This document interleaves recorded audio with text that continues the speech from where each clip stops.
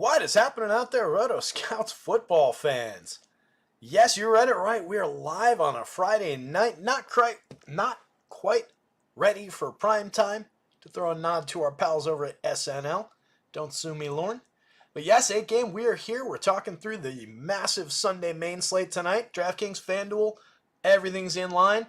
Hopefully we're not going actually till sunrise. I did say it that way on Twitter. I said it that way on shows a little bit, but planning on a little bit shorter of a show than we had last week. I'm trying to make the board here a little bit more efficient. I was talking about it during the baseball show earlier.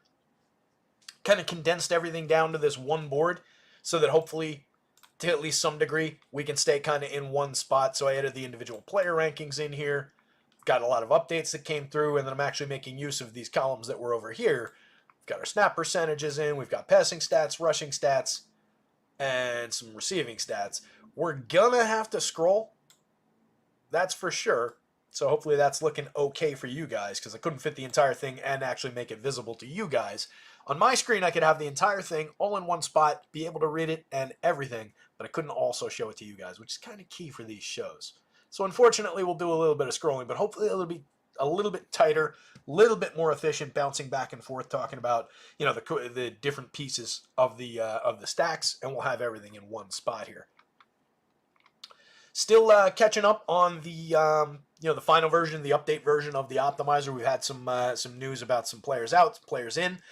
So catching all those different updates. I just reran some projections. These are the new versions of projections, but they're the previous versions of the rankings. I haven't had a chance to update the rankings yet. So you'll see a couple guys like in this first game, Rome Odunze is going to be active now. Or I'm forgetting, Rome is questionable. Rome is questionable. Rome and Keenan Allen both questionable. I had Keenan in and Rome out. So Rome doesn't have a ranking on the FanDuel slate right now. Keenan was in there at 25-30, so he's got a ranking. So a couple guys like Rome will drop in there, and then a couple guys that are now not playing might have a ranking, but minimal impact up or down, a spot here or a spot there for everybody that would be around them. Stack rankings should be relatively similar once they finalize with all the injuries. But I guess that's a decent starting point. I just grabbed somebody, I think it was FTN's tweet that just went out before about an hour ago. I was just grabbing that for my quick update, so I knew who was in and out. So confirmed Christian McCaffrey's out, Jordan Addison's out, David Njoku's out, and then minor players, Hollywood Brown out again, Davis Allen, and Devon Villay is also out. He actually saw a decent target volume last week. Doubtful and now removed from projections is a biggie Kenneth Walker from Seattle. So we're going to have potentially a big jump for Zach Charbonnet in the rankings when they get updated. He got a nice projection bump. T. Higgins is doubtful. Didn't have T in to begin with. Jake Ferguson doubtful. I believe this ran with Ferguson out the initial time. I know for sure he's out now. So he's doubtful. I consider doubtful players to be out when I put projections together. And then Q tags. We've got Jameson Williams coming off of his big game, questionable. Seems like he's going to go. Josh Downs seems like he's going to give it a shot. He's also listed as questionable, though. Marshawn Lloyd, we'll see whether or not second string runner from the Packers. The big one there is obviously Jordan Love. The initial prognosis was several weeks of absence. They've got him listed as questionable, but it seems much more like a doubtful to me, or even a doubtful / out. We'll see how it plays. Obviously, it's a big spot that we'll keep an eye on going into the weekend, but most likely we're going to get the backup there. Rome Odunze, as mentioned, and Keenan Allen from the Bears. Jaden Reed, also questionable from the Pack. Josh Palmer from, what's called him, San Diego, from the Superchargers. Russ Wilson is questionable. Damian Pierce is questionable. Confirmed in Mike Williams, Dalton Schultz, and Malik Neighbors. Again, per that tweet, that was all just from FTN, I believe was the one that sent out that tweet, just to get a quick handle on the recent ins and outs. Inses and outses. So yeah, welcome to a Friday show. A little collection of people here. We'll see who can hang. All you popular people out there on a Friday night sitting home watching YouTube. You nerds.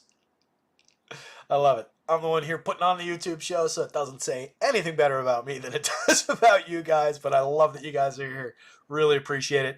Definitely makes this easier to do. If it weren't for you guys, I'd be here talking to myself and just building some lonely lineups. Hit the like button as we get started if you haven't done that on your way in the door. Hit the subscribe if you're new here, if you haven't started out. I promise you, and I'm telling you, the guys who are new here, the guys who were here for all of this nonsense last year when we kept on hitting marathon shows like this, I will not go through this entire season just doing weekend marathon shows. We are going to get these shows spread out.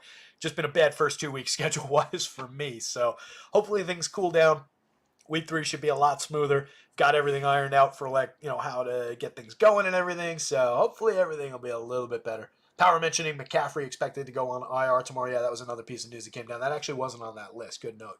We'll keep an eye out. I forget whether or not I removed him.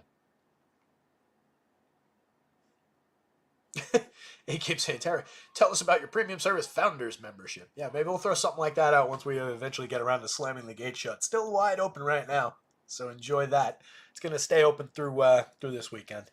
And then, hopefully, finally, definitely, because I have to. I literally have to get something going.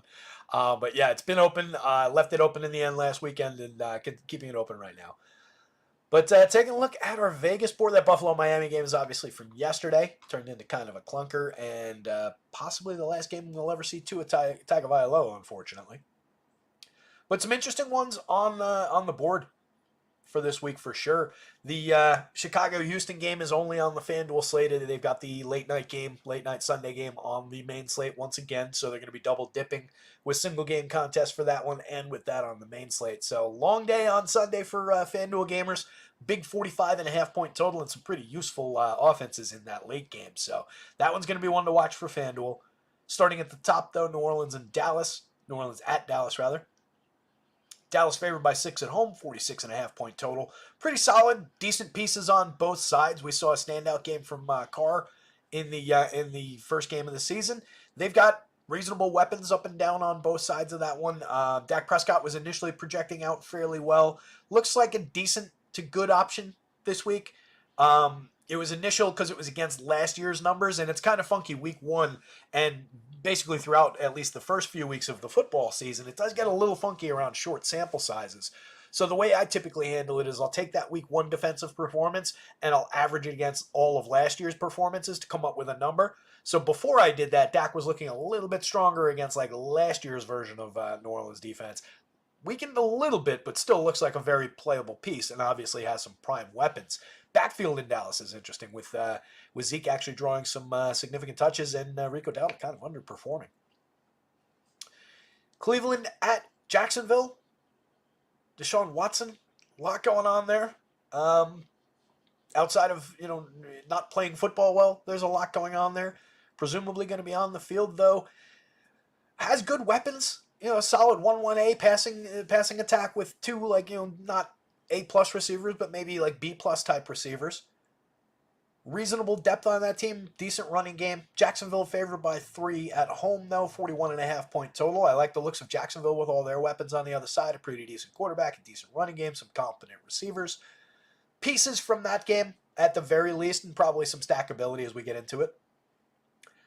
San Fran without Christian McCaffrey again, but did not miss a beat with the backup with Jordan Mason having a monster game. We talked about him that day, just in brief, as we found that news out live on a showdown show prior to that game.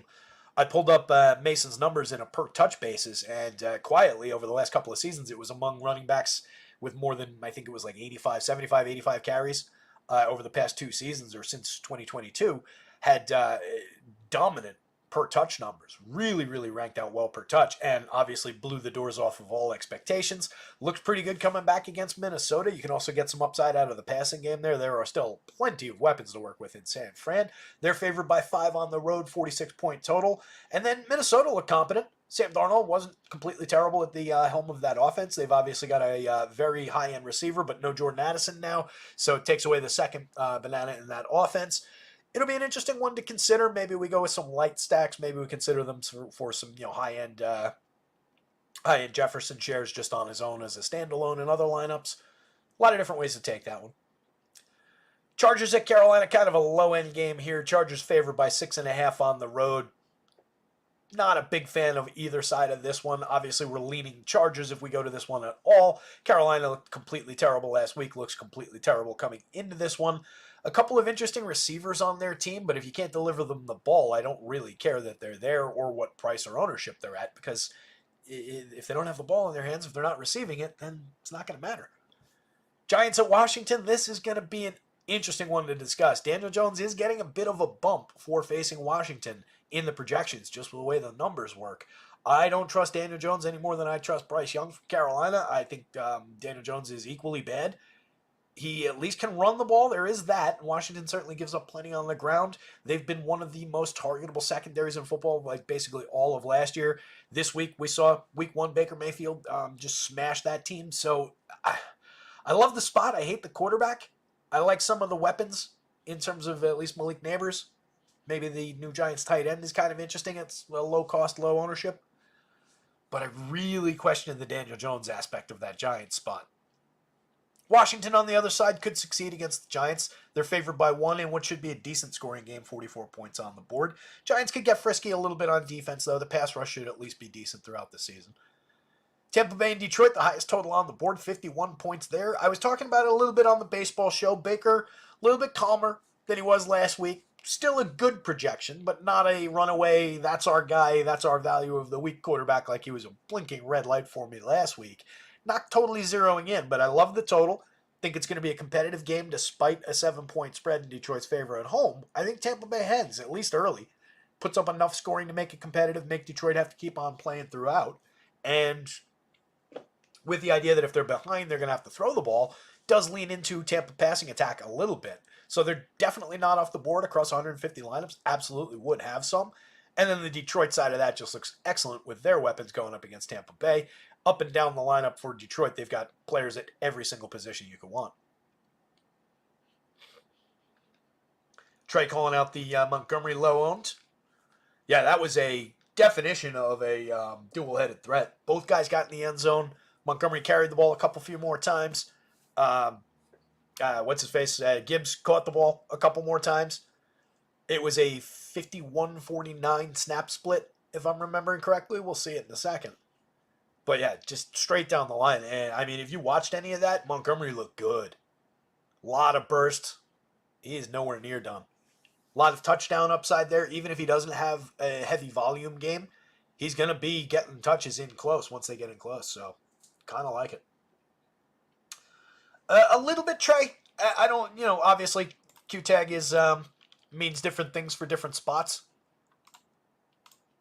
Let's see. What's the latest prognosis? I haven't read the note recently.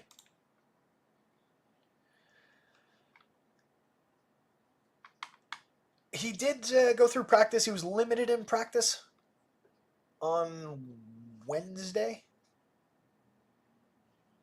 through Friday. So he practiced all 3 days at the end of the week here. That tends to me to say that he's going to at least get out there. It might be a situation where he's on a little bit of a pitch count as far as his opportunities, as far as how many routes they actually have him run. So maybe it's just like he's there as a weapon and they deploy him in the right spots, but it's a diminished opportunity, which definitely hurts us for DFS purposes. But if it makes him a little bit sneaky, if people go away from him for those reasons, or because it's uncertain with him being banged up, a player of that talent will always draw my attention. So a little good in with that, a little bad in with that. Mamba likes Godwin. Play both in a line like old Saints with Kamara. Both who? Oh, both running backs? Is that who you're talking about? I don't love that idea because I do think, especially with some weapons in the passing game there and the idea of a pretty heavy total here, it's probably going to be some passing touchdowns. You typically would need both those running backs to get into the end zone. Like last week would have been an okay week to do that. I don't know that you chase it this week. Definitely don't sleep on Mike Evans. Evans is tremendous. We looked at him last week. We talked about it. He has not played a season in the NFL in his, I want to say 11 years? Has not played a season in the NFL without gaining 1,000 yards. Mike Evans is tremendous. He's one of the best wide receivers of this generation, and he's underrated, honestly. Keep going here. Baltimore monster favorites in a home game against a relatively inept Vegas team. Looks like a very good spot for Lamar, at least Lamar on his own. Lamar, naked lineups. Lamar with 1 is kind of the way I would play that. I would expect some regression from Likely, but they've got some weapons in that offense, at least in terms of downfield receivers. So there's at least one guy in every lineup for Lamar to work with. I don't love loading up on Baltimore. I tend to really like to get the quarterback, obviously, because he does so much on his own that a lot of times it can take away grades from that stack as you go down the board, and it limits point scoring down stack a little bit. So I do like Lamar on his own. Lamar plus ones starts to stretch a little when you get to Lamar plus two, but certainly could deliver. I'd like a higher scoring game though. 41 and a half. If it was like one of those 47-point games, even mid 40s, give me another 4 or 5 points on there. It would be a little bit more. I'd be a little more enthusiastic about the multiple skill players, but very much on the board. Vegas, not so much. The Jets and Tennessee, another interesting one. The Jets have a lot of good skill players. I'm not the biggest believer in Aaron Rodgers, but we saw him connect with Allen Lazard for a couple cheap touchdowns. Breece Hall's obviously tremendous. There's skill players up and down on the Jets, so I think you can get there a little bit. They're favored by 3.5 on the road, which should tell you something in Tennessee. Tennessee on their end, maybe a little bit of the ground game. We did get good games out of both Pollard and Spears. Don't know exactly how that's going to shake out in terms of the opportunities going forward. But I like Pollard. He was one of my sleepers this season. I think I've got him on like every season-long team that I drafted. Just like the upside for a guy that everybody adored this time last year and then had a clunker of a season. Give him another shot. Guys like that bounce back a lot. Indy at Green Bay, just a 40-point total there with the assumption of no Jordan Love. Indy favored by 2.5 on the road. I think that makes sense. If you saw any of Richardson the other day with just the air yards under that arm, it's pretty spectacular. Some downfield weapons in that offense. I'm a little bit more into them than I was last week as far as the Colts offense goes. A lot of ability, obviously, on the ground, both from the quarterback and the running back, and some ability at the wide receiver positions. Gets a little murky around the tight end, but plenty of receivers to work with. Should be getting Josh Downs back. Seattle, New England, just a 38-point total there. No Kenneth Walker for Seattle might make Charbonnet a little bit interesting. They've obviously got their receiver depth to work with. It's Geno at the helm, so you get what you get. Not my favorite stack in the world, but I do like each of the receivers as individuals. Lockett led the team in targets last week, so it was nice to see him get engaged, coming off of kind of one of the worst seasons of his in recent memory. Several workable pieces in that Seattle lineup. I like them better as components than what the whole necessarily adds up to, and obviously a very low total against New England. New England coming back the other way, really not that much to love in that on that team outside of Ramondre. A little bit of Ramondre on the ground I can get excited about. Beyond that, I really am not a big fan of New England. And by the way, I kind of breezed past Vegas, but they do have a couple of pieces in the receiving game, most specifically. Jacoby Myers triggered that in my head. Potential to catch a couple touchdown passes, but that's more a source of like wide receiver one-offs, wide receiver standalone guys, than it is at all a stack. Carrying forward back to the Rams and Arizona, 47.5-point total, looking pretty juicy there. Rams going to be without Puka Nacua for a little while. Hurts several of my season-long teams. Cooper Kupp saw monster target share and should continue to step into it, but don't sleep on Demarcus Robinson as the presumptive number 2 in that passing attack now. Not completely terrible, capable of turning targets into big plays. I don't completely hate him with everybody and their brother going to Kupp. Cincinnati at KC, most likely no T. Higgins again. We saw not the best version of Cincinnati last week, but they're getting another crack at a pretty solid total, 47.5 points on the board there. KC favored by 5. We know how dynamic KC can be. We know they've got a bunch of, let's call them middle of the board, generously, receivers. But we saw a standout play from the rookie Xavier Worthy the other day. There are pieces and parts to work with up and down. There's a reliable safety valve in Travis Kelce. There's a very good running back to work with. So KC always going to be on the board and centered around their quarterback, of course. Low-end game between Pittsburgh and Denver right now. We've got Justin Fields, but what's his face? The old man is questionable. We'll see what we get as far as the Pittsburgh quarterback. Denver, Bo Nix looked a little bit better than I expected him to, but really didn't have all that good of a passing game. Ran one in a key spot that kind of drew the attention a little bit. Overall, was a kind of underwhelming passing performance if you really look at it, and they're coming in with just a 36.5-point total for that game. Pittsburgh favored by 2.5 on the road in Denver. The one thing I will say there, road teams in Denver early in the season do sometimes run into walls, just in terms of the altitude, in terms of being in full game shape. We saw that a little bit through week one with teams tiring in the fourth quarter and visibly tiring. And it's not just, commentator speak. But especially in Denver, that is sometimes a thing. Not that that's going to push me toward Denver. Not that I care that much about the Pittsburgh offense anyway. But if you're considering, some low-owned Najee, some low-owned Jalen Warren, some low-owned George Pickens, some Pat Freiermuth at tight end, maybe that becomes a little bit of a factor. And then that pretty beefy game at the end of the night on the FanDuel slate, 45.5 point total. Houston favored by 6. Weapons on both sides.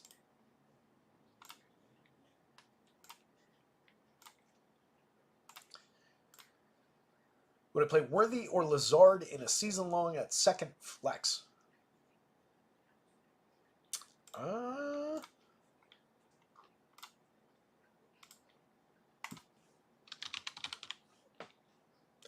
Fortunately, we can answer this.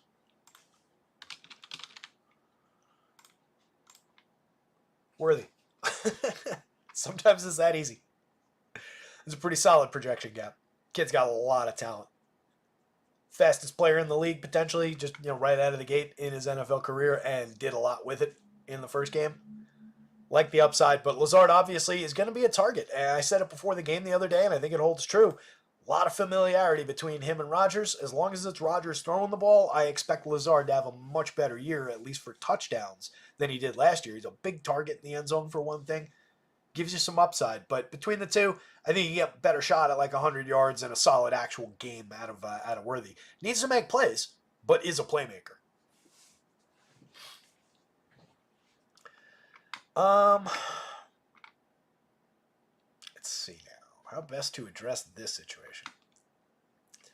Do we leave the Chicago and Houston game for the end, or do you want to talk about it at the beginning? I've got this sorted just alphabetically by game right now. Obviously, that's the last game of the night, and it's only on the FanDuel slate. Yeah, sure thing, pal. Just getting started, casual kind of approach here. I'm going to tackle it off the top. Apologies to you DraftKings guys. We'll have a whole bunch of games coming up for you in just a second. Let me talk my way through this one kind of quickly. Caleb Williams had a really, really underwhelming debut. Completed 14 of 29 pass attempts, 48% for 93 yards. That's 3.2 yards per pass attempt through no touchdowns and no interceptions. I believe there was something along the lines of the fewest yards per pass attempt on X number or more of pass attempts in a debut. It was a very, very low-end performance. Really surprised. I thought he was going to come out of the gate kind of firing and be not necessarily good and never look back, but I thought he was going to be a little bit better than this. Obviously, we're not writing him off. There's way too much skill involved. He ran the ball 5 times, gained 3 yards per attempt, 15 yards total, 2.4 yards before contact, 0.6 yards after. He's got tremendous weapons to work with. That's one of the reasons I've got a lot of faith in the kid's ability to pay off rookie shares. I mean, just Keenan Allen, DJ Moore, quarterbacks around the league, and the way I put it in the notes that you'll see if you read the optimizer column, quarterbacks around the league would kill to play with one of those two receivers. As a rookie, this kid gets them both. That's a dynamite top 2 receivers, DJ Moore and Keenan Allen. Allen is questionable. We will, let's see, I'll open up him and Rome and get the latest and greatest. So Allen has not practiced, and I believe Rome practiced in limited fashion on Friday, which is today. Not a good sign that I'm already losing track of days in the first 20 minutes of this show. So, yeah. Allen missed practice throughout the week, listed as questionable with a heel issue.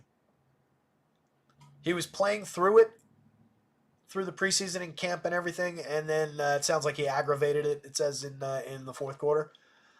Knowing that it's Keenan Allen, I would kind of expect him, even though he didn't practice. I think it is a good sign that Odunze got into practice on Friday, even though he was limited, even though he's still listed as questionable. Kid seems like he's trending toward playing.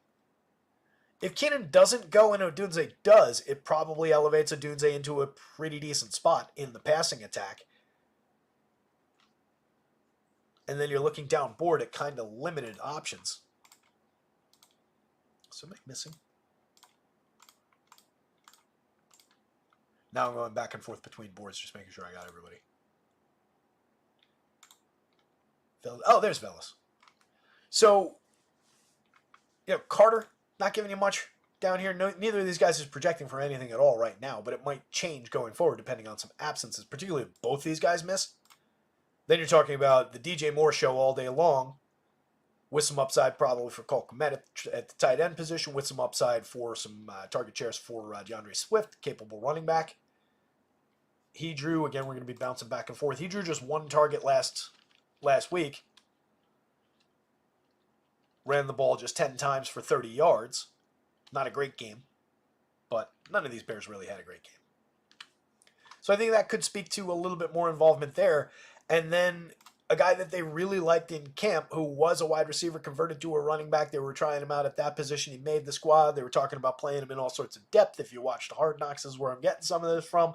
But he's a guy with a lot of skills, a lot of speed, a guy that they really like and want to use kind of in a gadget role. So I can see Velus Jones getting back involved, lining up a little bit as a wide receiver, lining up in the slot a little bit, lining up in the backfield a little bit, and just being a little bit of a gadget player, depending on what their depth looks like today. He did not draw a target in the first week of the season.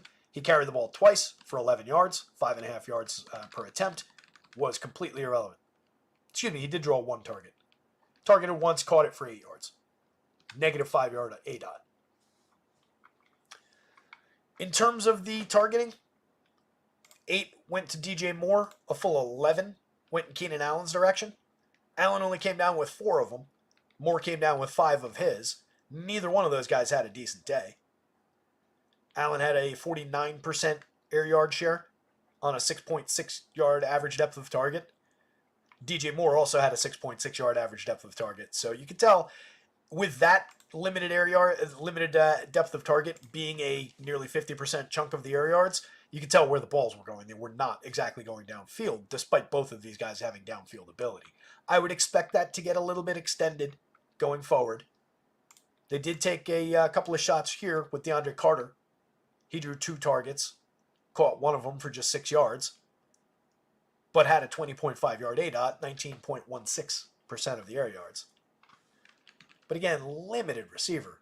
4,200, he's cheap, but you want to see Keenan, you want to see Rome Odunze out there to really get this Chicago stack fully engaged.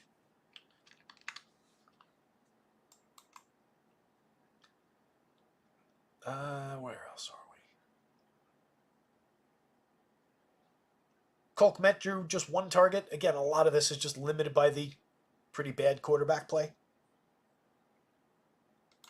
I expect a lot better from Chicago. I think Vegas does too. Houston is a heavy favorite at as 6-point favorites at home, but a 45.5 point total supports the idea that there should be some offense coming from Chicago's side to keep this interesting. On the Texans side, love their offense. Big fan of CJ Stroud as one of the most highly projected quarterbacks of the day. They're going to be going up against a Bears D that allowed just 3.3 yards per pass attempt to start the season. That ranked 4th last week. They were allowing 5.4 yards per rush attempt, which ranked 29th last week. Over the course of last season, Chicago was allowing the 4th most passing touchdowns per game at 1.8 touchdowns per game through the air. They were middle of the league at 6.6 yards per pass attempt, but that's notably higher than what they allowed last week. So I think they're a little bit more gettable through the air than they might otherwise seem like here. And then last season, they were one of the best teams in terms of limiting touchdowns on the ground, just a 0.5 touchdowns per game, while allowing just 3.8 yards per rush attempt per game. So maybe a little bit upside down in that performance, but we'll see what this year's got in store for us for that defense. Right now, if it is true to form with this, I have no issues taking CJ Stroud and his incredibly talented core of receivers anyway, even if Chicago is actually good at defending the pass. And then if they're bad at defending the run, that speaks tremendously to the upside for Joe Mixon, who, I don't know if you noticed, carried the ball 30 times in his Houston debut. Monster volume for Joe Mixon last week. 159 yards. He put up 3.4 yards before contact, 1.9 yard after contact, 5.3 yards per attempt. He got it in the end zone on the ground. He was targeted 3 times in the air, added another 19 yards to the total. 6.3 yards per target despite a negative 2.3 yard ADOT, so everything's behind the line of scrimmage, still opening things up and gaining on each of his receptions. Love Joe Mixon. Never was willing to write him off in Cincy. Glad he found a pretty good home here, and seems like they really, really want to get him involved early. So could be a killer spot for him. Definitely on the board for running back shares for me. 8,100, no real problem with the price on FanDuel. I'm happy to pay that for as talented a runner as Joe Mixon. That said, he's only 100 less than the quarterback on that team, and CJ Stroud is pretty terrific. Stroud should have every opportunity to throw on this team. He threw the ball an average 32 times last week, 234 yards. He did throw 2 touchdowns, 7.9 intended air yards per attempt, completing 5.4 air yards per attempt. Solid downfield receiver with excellent downfield weapons in the passing game. Love this receiving core. We talked about it last week with Steph Diggs being added to this team, who was going to be the alpha, who was going to be the go-to number one option. I said it was going to be Steph. That was my guy going in. I'm going to call it a draw. And maybe I'm cheating a little bit because Steph drew the fewest targets at 6. Nico led the group with 8. Tank Dell had 7. But Steph was the only one who scored touchdowns, and Steph scored both of their passing touchdowns. So, yeah, calling it a draw. Probably cheating, though. The 6 receptions added up to a very limited just 33 yards, which is a little bit concerning. He was drawing a 1.5 yard ADOT. Presumably that'll go up a little bit and he'll run downfield a little bit more. He was operating underneath a lot, but did score the 2 touchdowns, just 3.6% of the air yards. You can see the monster downfield numbers for the other 2 guys, though. A 15.5 yard ADOT for Nico and a 15 yard ADOT for Tank. 50% and 42.3% of the air yard share for those 2 players. Obviously, both guys are tremendous. They can both go into lineups. You can pair one or the other with Steph. You can play that basically any way you want. The one thing I don't love the idea of is going Stroud plus 3 wideouts. That's a little bit hefty. If you really expect this game to just explode for scoring, maybe you could get away with Stroud Mixon plus 2, but I really don't think so. I think that's stretching it. I like to get QB plus 2 as my biggest builds. I would definitely consider some run backs, though. If I'm stacking Chicago, I absolutely want either the running back or one of the wide receivers, or honestly, tight end Dalton Schultz, not a bad option, going to be active this week. He only drew 3 targets, only gained 16 yards, but is a better option than that and definitely has some red zone scoring upside. So Schultz is on the board at a pretty fair 5,500 at the tight end spot and would qualify for bring back shares, run back, bring back, whatever you want to call it, in stacks. The other direction, if I'm stacking Houston, which is my more likely stack between the 2, I absolutely want, if he's active, Keenan Allen, some Roma Dunze, same thing. DJ Moore on volume, and especially if those other 2 are out or one of those 2 is out, load up the DJ shares because he's going to get targets. You just got to rely on Caleb to be able to deliver him the ball. And again, Caleb went 1-1 with heavy expectations for a reason. He's been anointed as the franchise quarterback in Chicago without playing a game for a reason. The first game didn't go well, but I don't think they took away the anointment. I don't think they took away his laurels or his knighthood in Chicago or anything. He's going to have another shot, and probably a whole bunch more after that. Hell, we're still giving Daniel Jones shots in New York. We might even talk about him as a fantasy asset in a little bit. Downboard, Brevin Jordan would have been interesting if Dalton Schultz doesn't go. If you see anything about Schultz, going to play, but maybe limited, then maybe Jordan gets on for a little tiny sliver of touchdown upside. But pretty limited in terms of target share down the board. He got 2 last week in full duty, caught 1 of them. Ogunwale got 1 at the backup running back position. Xavier Hutchinson got into the game and got a target, but very limited opportunity. Was Woods active? Yeah, Woods was active, played 15% of the snaps, but didn't see a target. You can see the limited snap shares for all of these guys down board, 15, 16% for all of those guys. Pierce only got an 11%, and he is questionable for this one. So maybe if Pierce doesn't go, it does push Ogunwale into the RB2 role, but that's still going to be extremely limited. Even the actual RB2 only played 11% of the snaps last week. Downboard options over here we pretty much talked about. I would keep an eye on Velus and Carter as far as some wide receiver depth if the other guys don't play. Otherwise, it's just dregs and backups.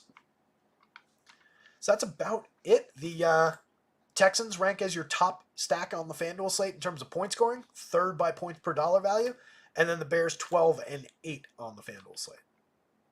So pretty reasonable options. And again, the night's going to be long on FanDuel because that Houston team is going to be pretty key, I think. Diving in, again, this is just sorted alphabetically, so forgive the idea that we're going to definitely be jumping around time-wise on the slate. I think you guys who are here hanging out for this on a Friday night will be able to tolerate that.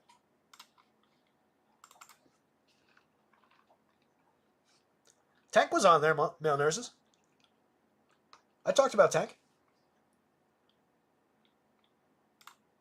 I don't know when that note came in. That might have been an old note. But yes, Tank was very much on there. He is right there. He was one of the two guys that had the monster air yard shares. 15-yard ADOT, 42.3% of the air yards. Yeah, he is a huge, huge target down the field. And it's really, I mean, as much as I was saying that any quarterback would kill to have one of those two guys and he gets both, you could make the same argument that a lot of quarterbacks would be really interested in throwing to just one of those guys. The fact that they've got three of them, pretty killer. Love CJ Stroud's opportunity to throw for tons and tons of yards, if nothing else, this year. Yards and touchdowns, CJ. I wish he would run a little bit. I talked about that at the beginning of the year. I've got him in the Dynasty League where we tweak quarterback rushing touchdowns a little bit. So getting into Cincy at KC. KC, fairly heavy favorites at home, 5-point favorites. I think that makes some sense. 47.5-point total for the game. We do have skilled players on the other side, but it is another week where it's the Joe Burrow, Jamar Chase show, and then Andre Sivas as your number 2, Trenton Irwin as your number 3. The Cincinnati passing game got suddenly a little bit thin.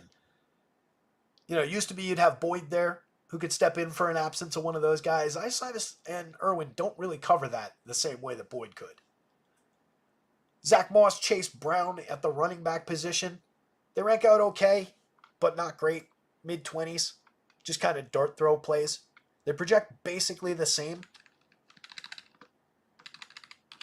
Last week it was a 65-33% snap share. 9 carries went in Moss's direction. 3 carries went in Chase Brown's direction. Moss put up 44 yards. Scored a touchdown on the ground. Was interesting. He also drew 4 targets. Caught 2 of them for 17 yards. 4.3 per target. Brown was more involved in the passing game. 3 targets, 3 catches, 12 yards. 4 yards per target. Didn't get in the end zone. Limited involvement in the rush game. That projection could probably come down a little bit, honestly. That's one I'm going to jot down. I brought a pen in here so that I could make notes. There we go. This is also the somewhat of a projections review show for me, and me being able to say, "Ooh, that should come down relative to that. That should come down relative to that." So I'm going to lower Chase Brown by a little bit here.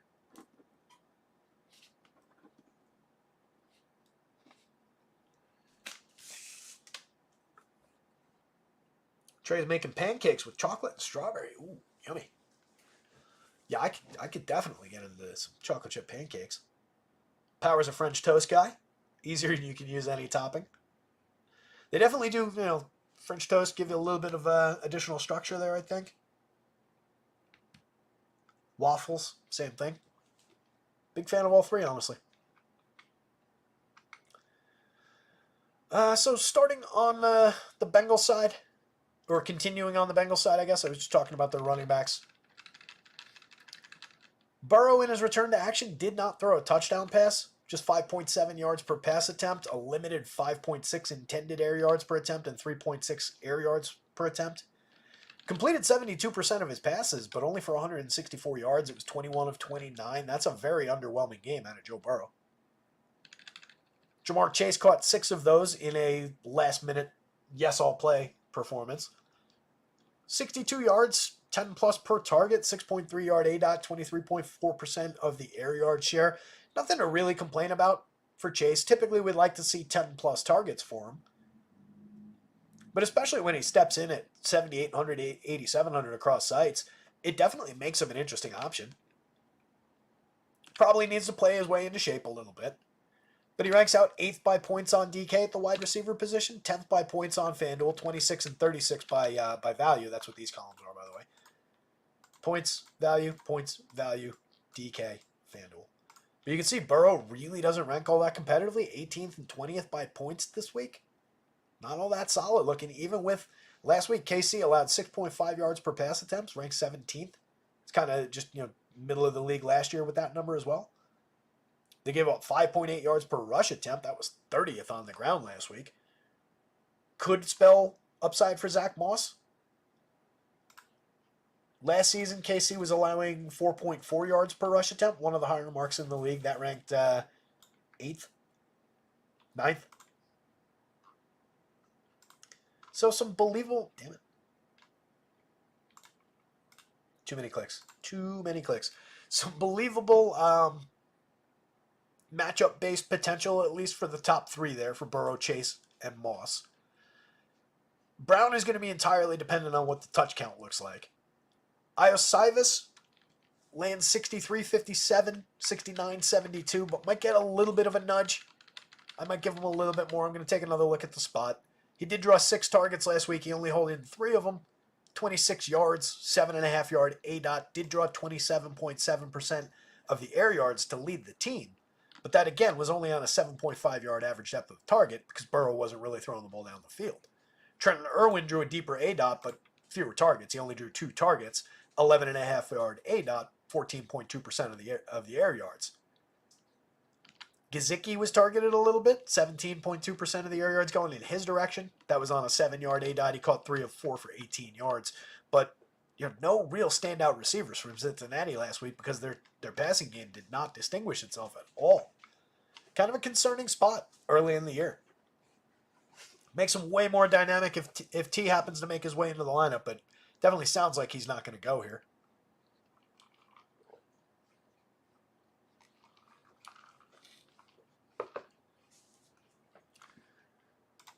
Trenton Irwin did draw, 2 looks? Got to find a quicker way to get from over there to over here. Yeah, 2 targets for Trenton Irwin. Had the 11.5 yard ADOT, that's right.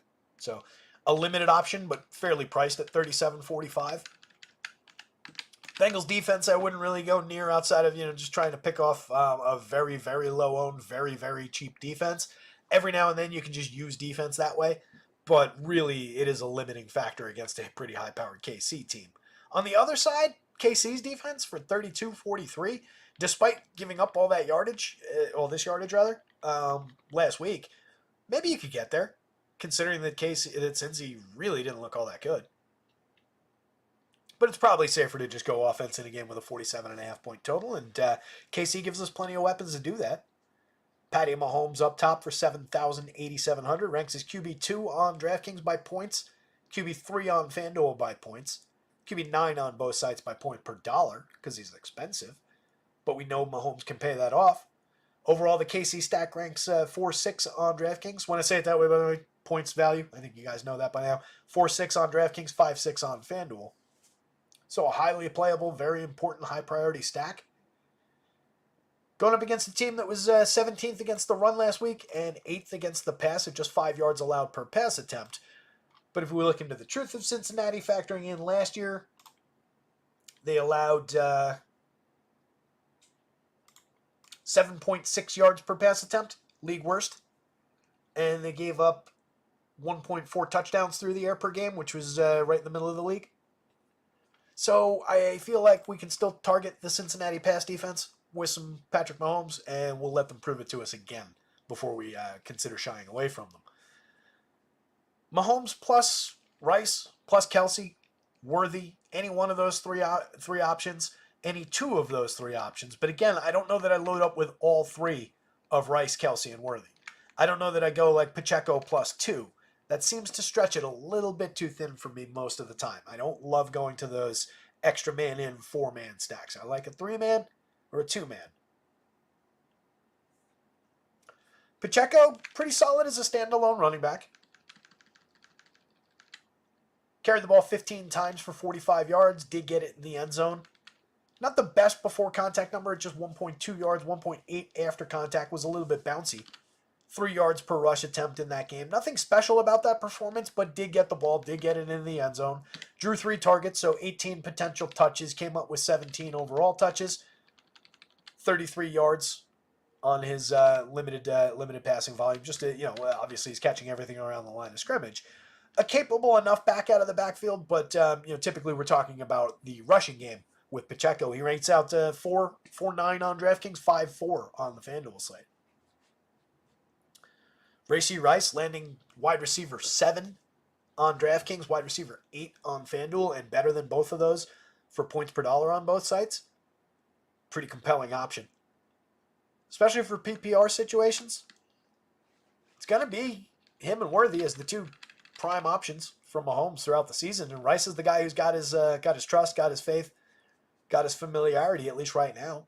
9 targets last week. He caught 7 of them, put up 103 yards, 5.3 yard ADOT, put up 11.4 yards per target, 30% of the air yard share.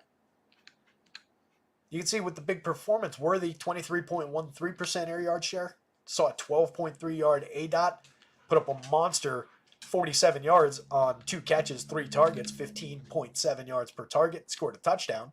Scored the touchdown rushing and receiving, rather. Kid's good. Kid is fast. Breakaway speed. Get the ball in his hands and just watch out. He's that kind of player, just right out of the gate.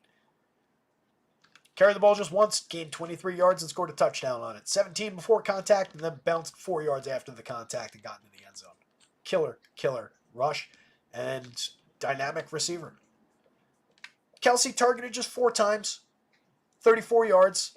Kind of a limited game for Travis Kelce for those who paid a premium for him in fantasy drafts or paid a lot for him in DFS. Definitely wasn't your day, but it's still Travis Kelce. I still fully expect he's going to be top 3 tight end at worst. What, tight end 2 on both sites, 6 by value on both sites. Worthy lands pretty effectively. 18 and 20 on DraftKings, 18 and 10 by points per dollar because he's only 6,200 on FanDuel.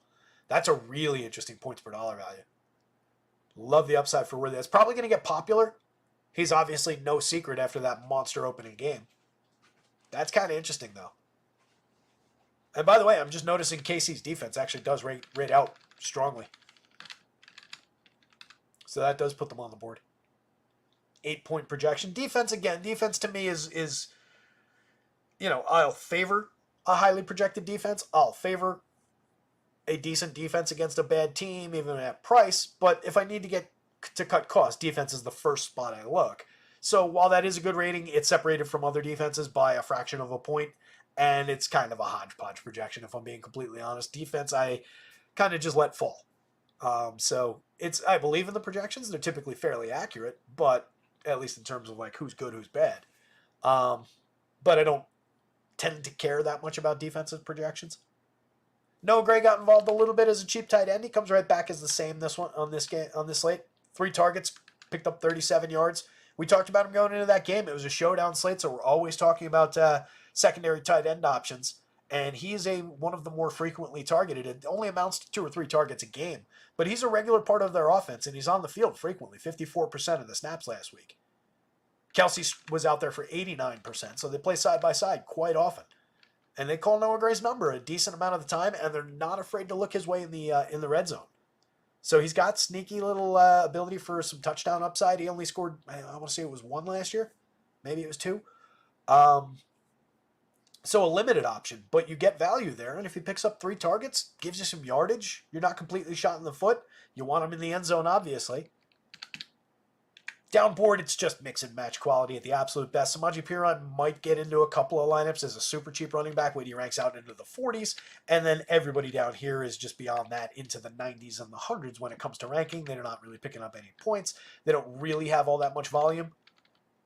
You did have Justin Watson out there for 52% of the snaps last week. He drew 1 target. He caught it for 25 yards. It was a solid downfield reception on a 15-yard ADOT. We had 1 target for Juju. 13-yard target, did not come down with it.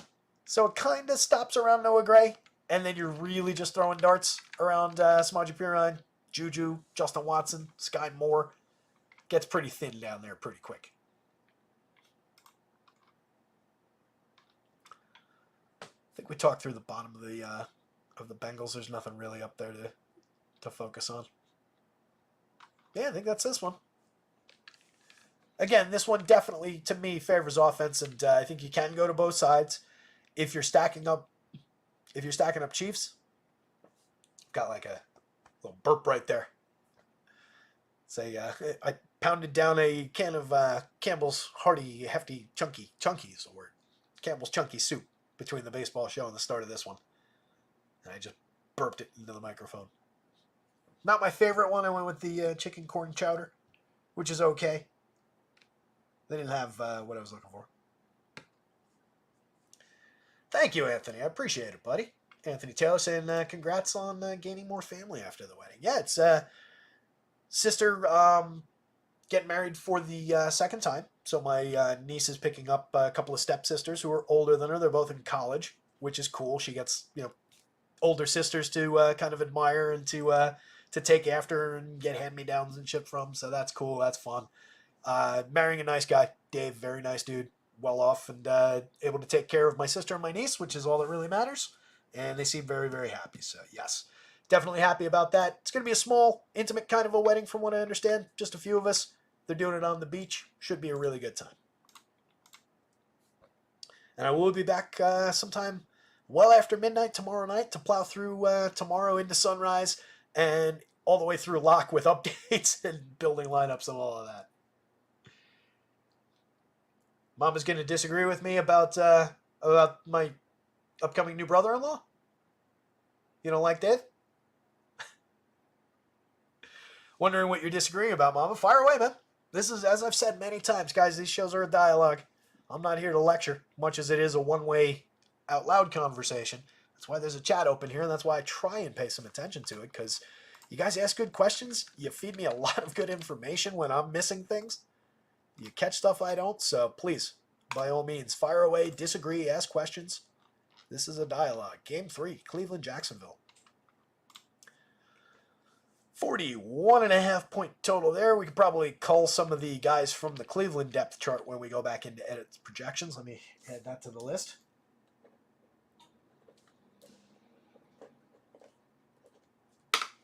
They're probably not going to give opportunities to 47 different players this week. I greatly prefer the Jacksonville side. Not a big fan of Deshaun Watson, both personally and professionally. Don't think he's a very good quarterback anymore. Once upon a time, he was very, very good, but that was like 4 years ago, and he's barely played in between. He rates out his QB 21 across the board on DK, 23 across the board on FanDuel, out of, I believe, 24 and 26 quarterbacks. I do like Jerome Ford, but he only rates out in the middle of the board on both sides. RB 19 by points, 11 by value on FanDuel is his best opportunity, 15 by value on DraftKings. He's playable but not great, gets involved in the passing game a little bit, a capable but not spectacular runner. I do like their two number one receivers for Watson to work with, but again, I'm not really a fan of going here, so it probably makes these guys more just standalone options. Same thing for Ford. I like these three better outside, I think, of Cleveland stacks than I like going to Cleveland stacks. Obviously, if you do go to Cleveland stacks, those guys work very well within your Cleveland stack. It's not to say play them outside of stacks but not in. It's more a play them outside of stacks and don't necessarily have to play Cleveland stacks.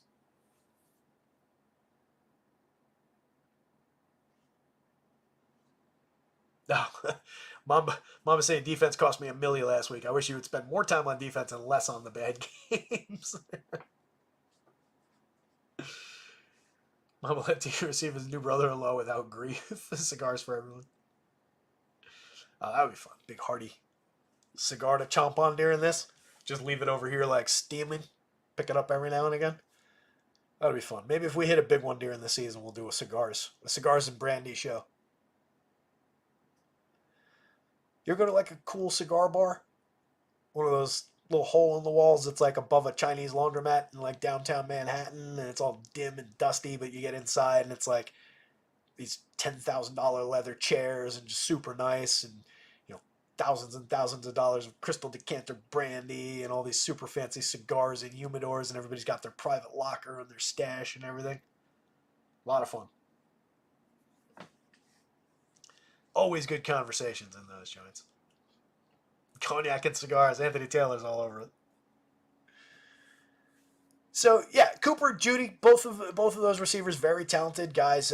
Reasonably priced, too. I don't have any objections to 62, 63, 51, 58 is a downright discount for Jerry Judy's talent level. They only rank out in the mid-board because they don't project incredibly well, given what I think are limitations around the quarterback play.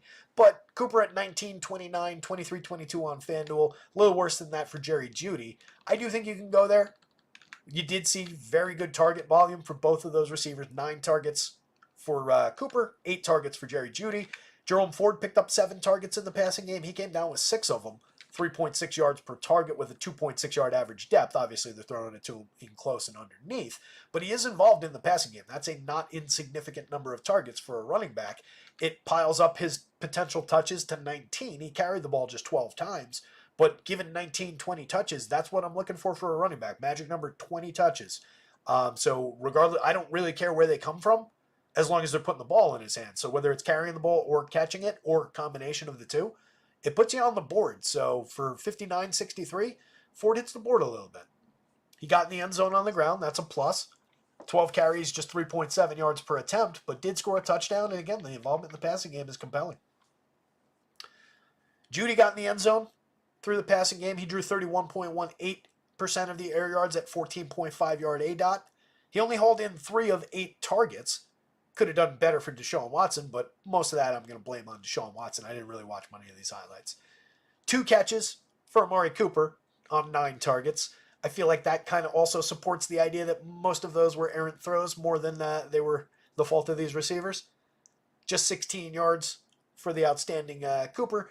45.7% of the air yards on 18.9 yard ADOT. Both of these guys are downfield big target receivers. Both of these guys, potential slate breakers. If either one of them comes down with one of those deep balls and takes it to the house, you are off and running with not that much ownership compared to the rest of the slate. And they're both volume based. So there's enough volume to support them getting there other ways. And there's enough of a home run threat for either of them to support just getting there through one big catch. So I think that's what puts them on the value board, or the kind of like mid-range receiver board as standalone guys. And then it's the same for Ford. Ford ranks, again, 19 across sites as far as points. Browns defense ranks 10th, ranks 11th. They allowed over here. There it is. I move shit around and now I don't even know where it is. The Browns allowed a 15th ranked 4.1 yards per rush attempt, a 9th ranked 5.1 yards per pass attempt last week. Last season, Cleveland was on this list somewhere. Most assuredly. Right there in the middle. 4.2 yards per rush attempt, ranked basically in the middle of the league. Same thing for rushing touchdowns, just under 0.9 rush touchdowns per game last year. They were giving up. They were good at minimizing pass yards, 5.5 yards per pass attempt last season, while allowing 1.4 yard passing touchdowns per game, which right in the middle of the league. It basically goes 1.1 with a group of teams, 1.2 with a group of teams, 1.3, 1.4, and so on, up to 2 outliers at 2.1 and 2.3. 2.3 being Washington, which is why we target Washington. So a middle-of-the-road defense for Cleveland. Not the most playable, but at 33-39, I do think you can mix and match your way there. It's about a 1.5 difference of projection for those of us who like to talk about defense. Jordan Aiken's going to be getting the ball at tight end position this week with no David Njoku. Definitely a downtick in tight end quality, but Aikens is a capable guy. Last time out, he drew 4 targets, caught 3 of them for 6.8 yards per target. Just a limited air yard share. He's more a safety valve target than he's like a big downfield receiver, but he can draw targets in the red zone. Capable enough guy. If he finds his way into the end zone at a cheap price, you're going to want to have him. Ranks 11th by points per dollar on DK, 12th by points per dollar on FanDuel. Not a nothing tight end this week. Not exceptional. Doesn't stand out even when it comes to points per dollar. That still is at the back end of playability, but it is playable. Elijah Moore gets the ball in his hands and can run with it a little bit. Doesn't really rate out all that well. Doesn't really project all that well from the mid-board. He's cheap, but the upside is kind of limited. He drew 6 targets last week, but only caught 3 of them.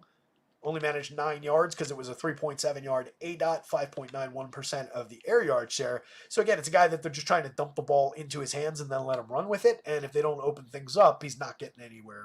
And they're just bottling him up. So kind of limited, but does have that ability, has some game-breaking ability if he sees a little bit of daylight. But they need to do a lot to help him out. Downboard, strong. Foreman just kind of mix and match at the running back position. Strong got 24% of the snaps last week. Foreman was barely on the field. He didn't carry the ball, but he did draw 3 targets in the passing game, and he's probably pair strong on these boards. Maybe he did carry the ball. It's our first. This is the other thing I forgot to mention. Some of these are going to be mismatched. I didn't have time to build in the lookups. Here, I'll pull up the depth chart. It's the best way to get there.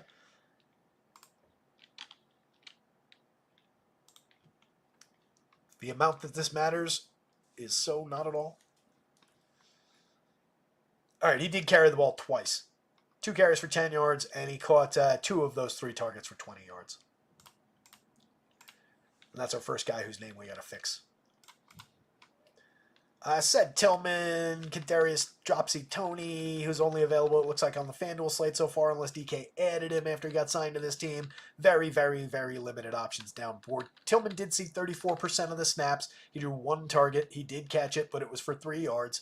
Kadarius Tony wasn't on the field last week. I think he signed over the weekend last week, but we all remember him for his just total lack of hands. He does have skills. He can get open, but whether he catches the ball is a whole other mystery. A lot of upside on the Jacksonville side of this one. They land as stacked 12 on DK, 10th by points per dollar, 13th across the board on the FanDuel slate, about halfway down. But I think they kind of out-skill, out-talent their, and maybe even out-depth their potential limitations in the way that they project. It's a team with a bit of a ceiling, maybe, is the right way to put it. A stack with a little bit of a ceiling. At least in any given slate sense. I like Trevor Lawrence a lot to have the season this year that people thought he was going to have last year. I think he's really interesting for the money. Didn't really get off on a great foot to have that season. He threw the ball just 21 times last week. Completed just 12 of them. 57% for 162 yards and a touchdown. 9.2 is a pretty solid intended air yards per attempt, though. 7.7 yards per pass attempt completed. 5.9 air yards per attempt. I'll take the downfield looks. He's got a little bit of rushing ability, but it's not really a big part of his game. He's got competent receivers to work with. I like Christian Kirk. I think Brian Thomas looks pretty good. He rates out fairly well. Thomas drew 4 targets, 21.5% of the air yard share, and numbers that aren't bouncing up here. Receiver 23, so juniors are killing me on receiver 23. These are 2024 stats, by the way. I just haven't changed the names of the tabs. I wonder if I just kill all the juniors.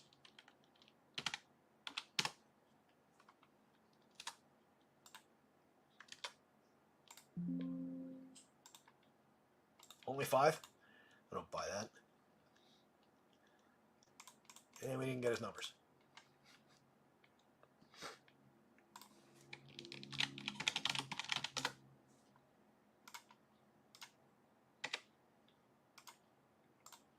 Wait.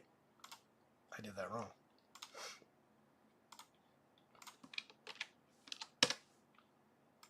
I need to add the junior.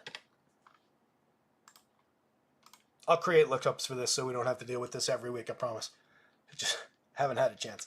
There's Thomas's numbers. He caught 4 of 4, put up 47 yards, scored a touchdown, 21.5% of the air yard share. Kirk drew a solid 14.3 yard ADOT, caught just 1 of 4 passes for 30 yards, 31.49% of the air yard share. So you can see 2 prime downfield weapons in the top 2 receivers.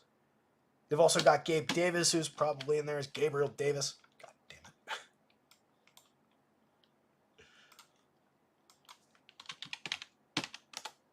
Yep.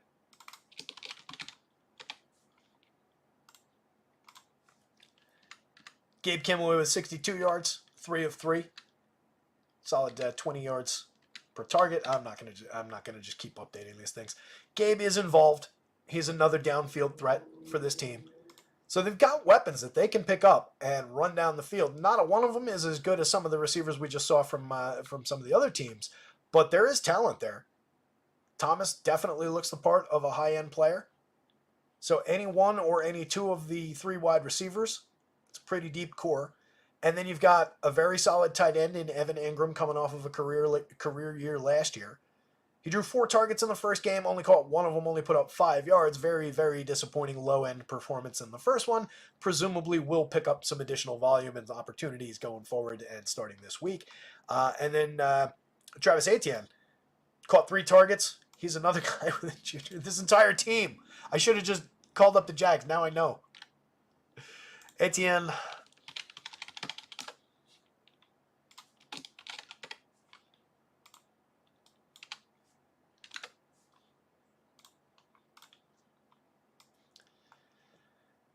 He came away with, I assure you, rushing yards.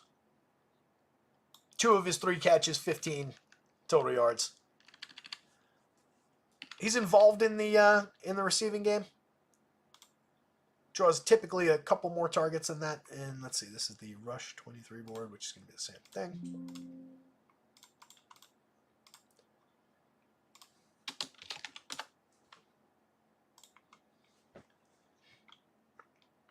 Carried the ball 12 times, 44 yards, put it in the end zone. 3.7 yards per rush attempt. Not the biggest Travis Etienne day. Only 15 potential touches, 14 actual touches.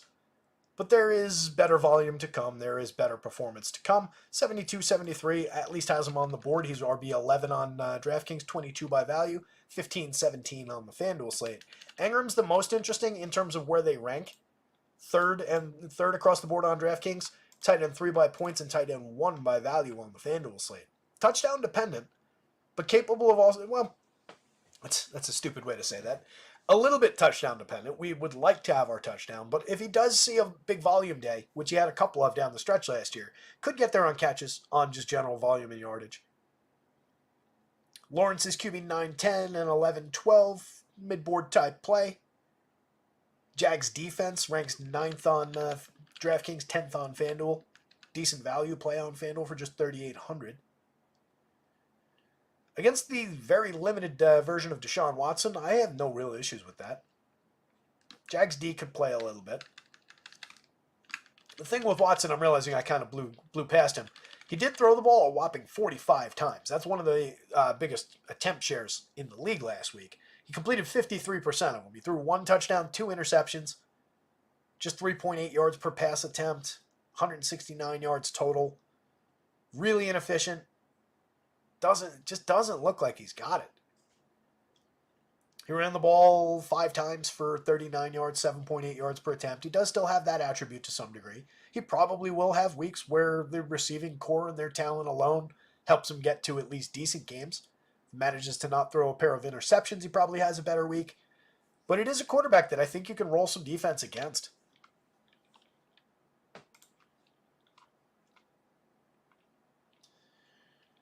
There's Deshaun. They had a 26.8% blitz rate. Picked up 3 sacks, 14.6% pressure rate last week. So they didn't really get to the quarterback quite as much as you'd like with a somewhat aggressive blitz. But at least they're trying. Feeds the idea of, some potential defensive scoring. Down the board, the Bigsbys, the Parker Washingtons of the world, probably all just entirely skippable. Bigsby did pick up 12 carries. Oh, I forgot about that. 12 carries, 73 yards. That one escaped my memory. Let me see.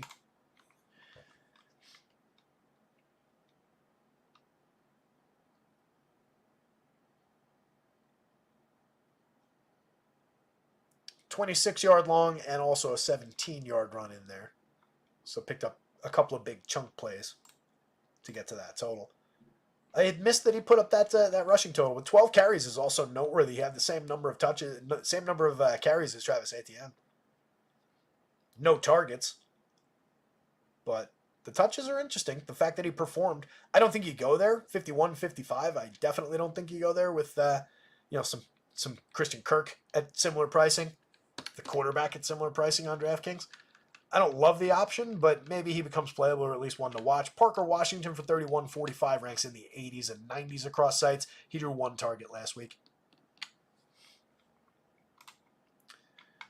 So it's very much all things premium Jags and very little all things premium Browns in terms of stacking, but I do like at least these two guys or these three guys in other lineups kind of as individuals.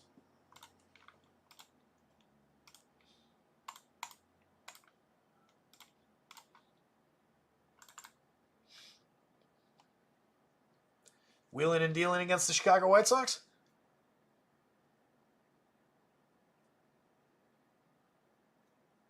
Let's see. I did manage to get a lineup in. Basso with 22 FanDuel points. 5 innings already.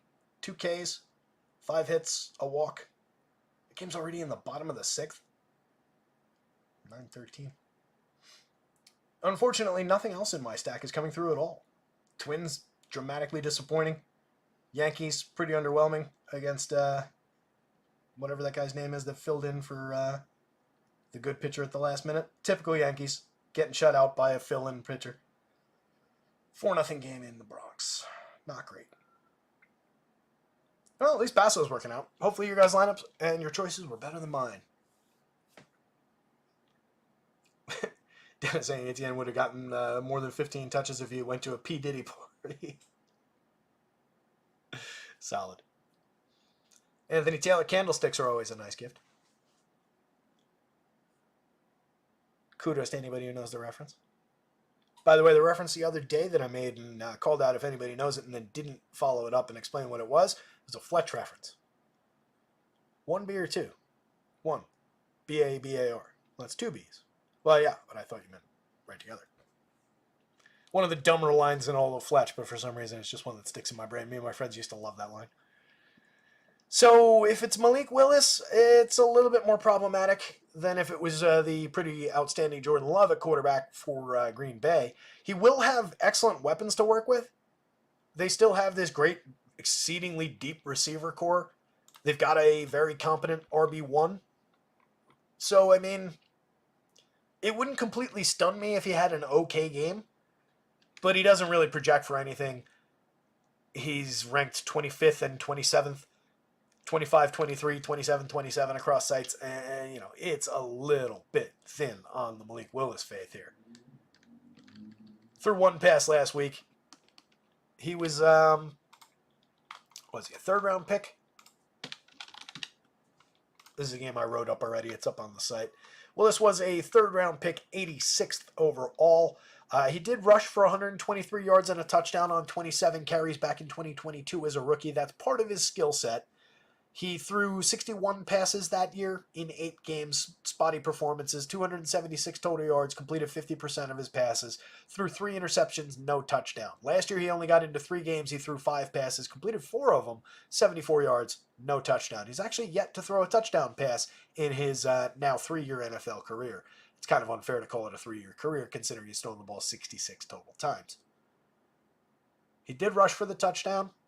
Just 5 carries for 21 yards last year. Very limited option. Was drafted by Tennessee originally, now on the Packers. But at least the idea of a little bit of skill for a quarterback with rushing ability keeps you at least in mentions for DFS. But I think we need to see it a little bit from Malik Willis before we really rush out and roster it. Even at 5,000, 6,800, he doesn't rate for points per dollar value. So I think it kind of crumbles around that. Additionally, they're 2.5-point dogs at home. It's just a 40-point total. There's not a ton of appeal to work with here. They're going up against a team that was allowing 7.8 yards per pass attempt last week. Or, excuse me, no, 6.4 yards per pass attempt. 16th ranked, I was looking down here. They allowed more on the ground last week. Last season, Indy through the air. 1.2 touchdowns a game and mediocre 6.8 yards per pass attempt through the season. Put them in the upper third of the league as far as allowing yardage, but they were bottom third as far as allowing touchdown passes. So a little bend don't break last season.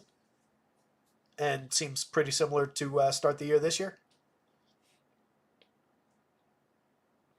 It's a shame because I'm a big fan of Reed, Watson, Doubs, Wicks. The whole receiving core here, basically. Even the tight ends are playable. It's just if you take their quarterback away, again, the delivery mechanism for those passes kind of matters.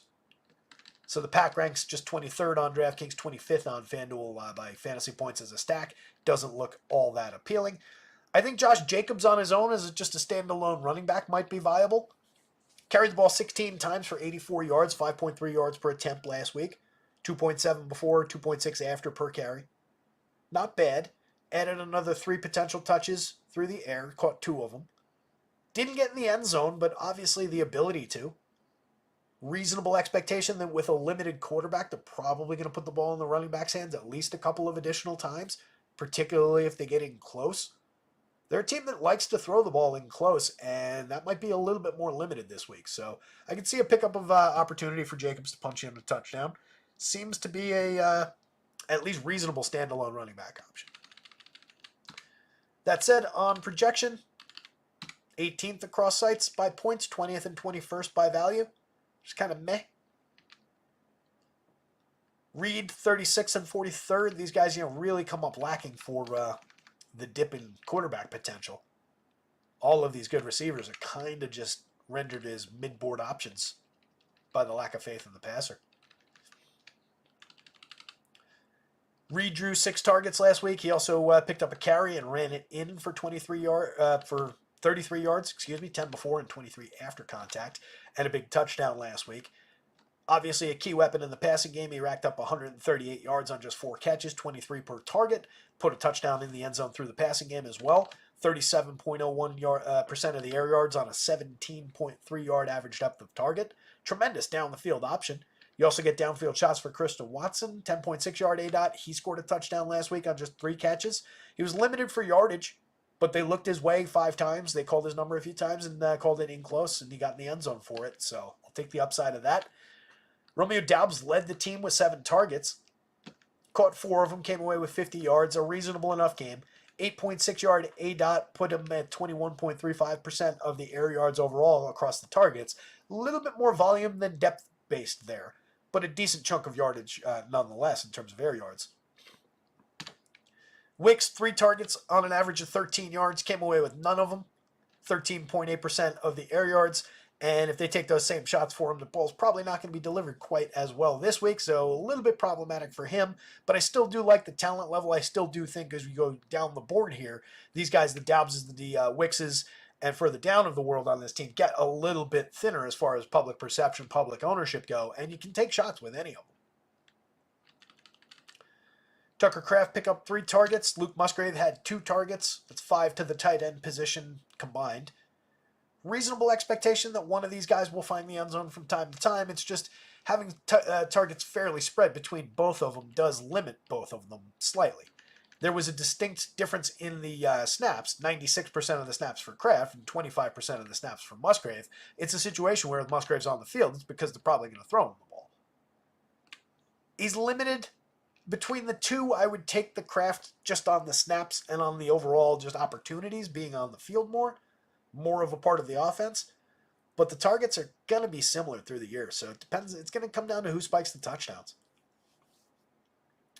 Marshawn Lloyd didn't play last week, supposed to be active this week. Manny Wilson last week carried the ball just 4 times, but did put up 46 yards, 11.5 yards per attempt. Also drew 3 targets in the passing game, but just put up a minimal amount of yardage. He was catching the ball behind the line of scrimmage and just running it back to the line of scrimmage on those attempts, but the burst necessary to pick up those that yardage on limited opportunities should be at least a little bit interesting, but just going to be hamstrung by volume. We're talking about very, very limited touches. Total dart throw, even in like large field tournaments, I think it's an extreme dart throw. Melton was active last week, but didn't draw any targets, just 12% of the snap share, and that was about it down the board. I don't think there's any reason to go to that. He projects under a point. So, obviously not a big option there. Anthony Richardson, pretty affordable. Ranks his QB 3 by points and 8 by value on DraftKings, 4 and 10 on the FanDuel slate. Looks like a killer in this spot. It's not a bad price per point per dollar option. The stack ranks out okay. He ranks a little bit better as an individual, I think, than the stack ranks fully. But you've got good weapons to work with, so I think it's a very stackable team. Pittman, pretty high-end receiving option. Drew 8 targets last week, only came away with half of them. He's another junior. 9.3 yard ADOT. Gives him a little bit of a chunk of the air yards. This comes off of what? This one.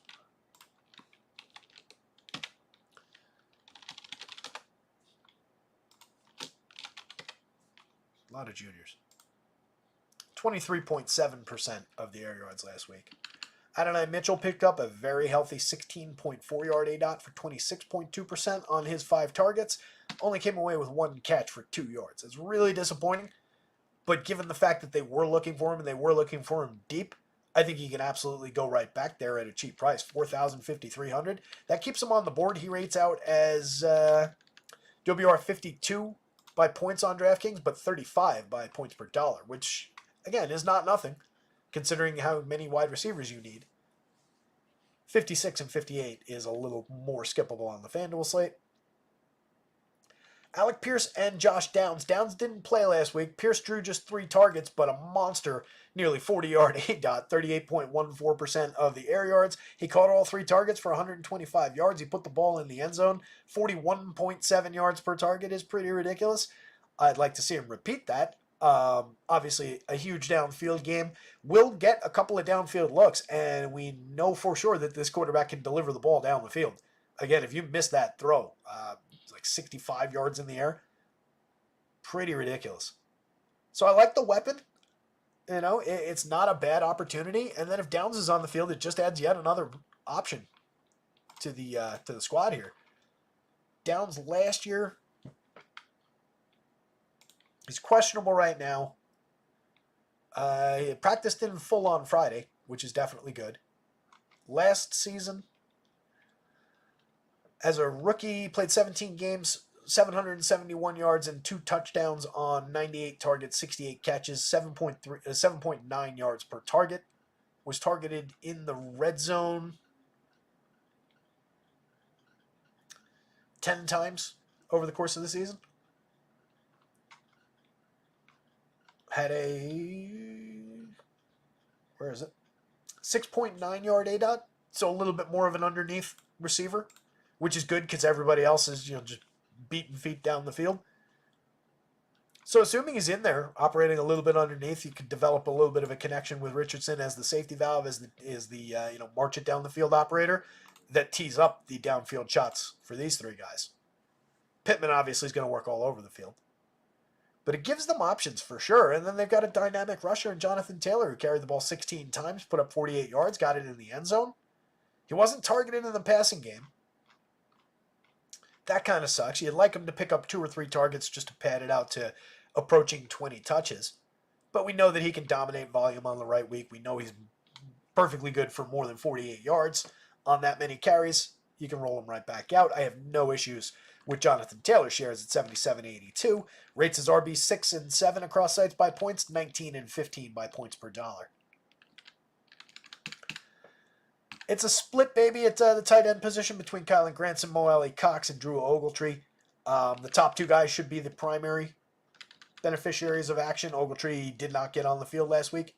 No snaps for him. We had 56% of the snaps for Granson, 40% for Mo Alley Cox. They drew 1 target apiece. They were pretty irrelevant in week 1. And then Ashton Dulin probably falls off a little bit. If Downs is back, he only drew 1 target last week, but it was a monster for a touchdown. 19-yard ADOT, or 19-yard target, turned it into 54 yards overall and a touchdown. So, obviously a little bit of game-breaking ability, but doesn't rate out well because we're not expecting all that many opportunities. Talk Packers, we talked Colts. I'm running into that again where it's like I don't have like a this one, that one, do this, do that way to end these game-by-games. Best piece of this whole thing, Richardson +1. Probably your best combo. You could talk me into 2, though. If I was looking at 2, I would maybe consider it as that I want either Pittman or Downs with either Mitchell or Pierce and try and pick off like a little bit of the mid and deep games. Right, get 1 of each kind of receiver to go with Richardson, and then Richardson on his own has a significant upside. He only threw 19 passes, completed 212 yards, 2 touchdowns last week, threw an interception, which wasn't great, but 11.2 yards per pass attempt, a 16.4 yard intended air yard per attempt. Means just everything is getting chucked down the field. He also carried the ball 6 times for 56 yards and ran 1 in. So tons and tons of individual upside for the quarterback. I do think you can play him in naked stacks, but he's got enough, or in naked in lineups, but he's got enough to work with that you're absolutely stacking Colts. It's not a bad option.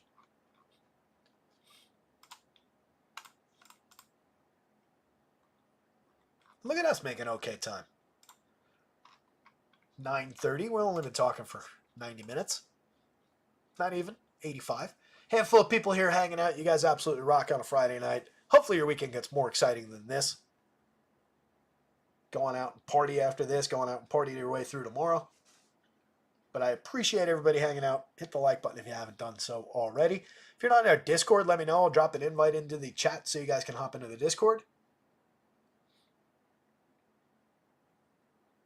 Colin's got Driscoll and Aranda's homers in the Yahoo free contest, plus Cabrera as one of his pitchers. There you go. Homers are always good. Yep, in week 1, Tyreek, Waddle, Watson, Reed, and Doubs. Yikes. Don't know what you're responding to. Mamba had a $25,000 Tigers perfect game bet, I guess. $25K Tigers perfect game. Maybe Mamba's just playing the show, and he was pitching a perfect game in the show. You put a bet on a perfect game? There's DGen bets, and then there's DGen bets, my friend. That's impressive. Would have been nice if it had come through. It's one you don't win all that often. I hope there's a nice payout at that. Well, 25 grand, I guess it is. Anthony Taylor, we rock with you, bro. Right back at you, pal. Appreciate it.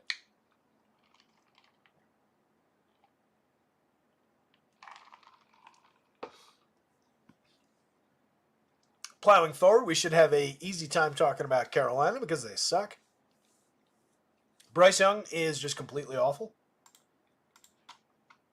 I really don't know if there's anything at this point that can convince anyone that this career can be salvaged.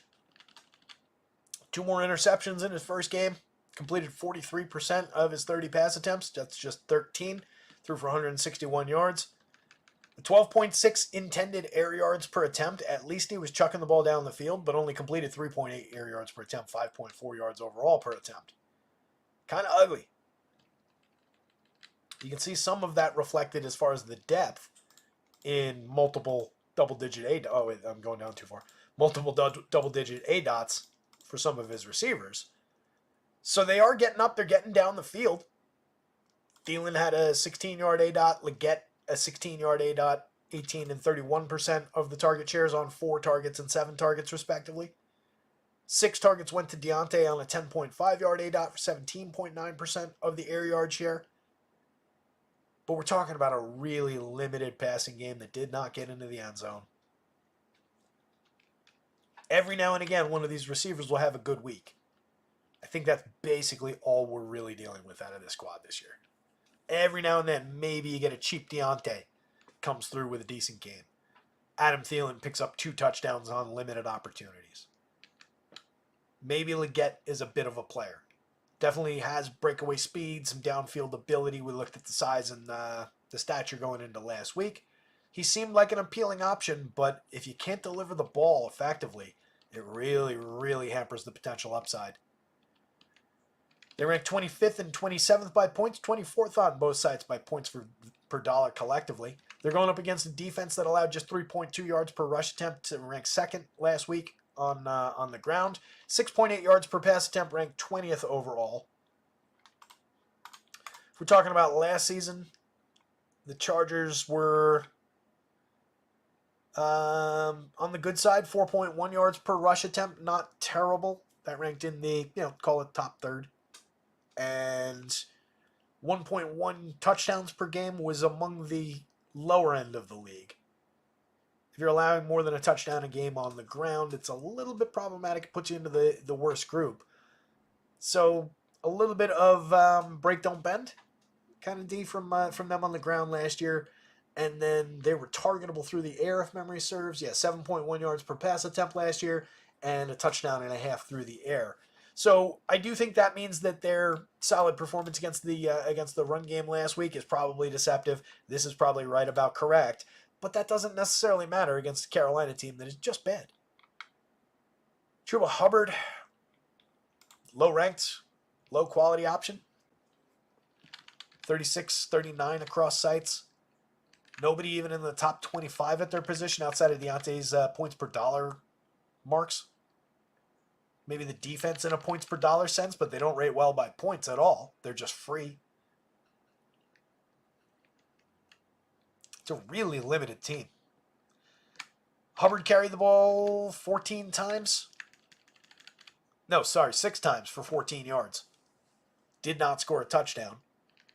Miles Sanders carried the ball 5 times for 22 yards. Did not score a touchdown. Sanders was targeted twice. Hubbard wasn't targeted at all. It's a two-headed backfield where both of them kind of suck. 54% of the snaps for Hubbard, 37% of the snaps for Miles Sanders.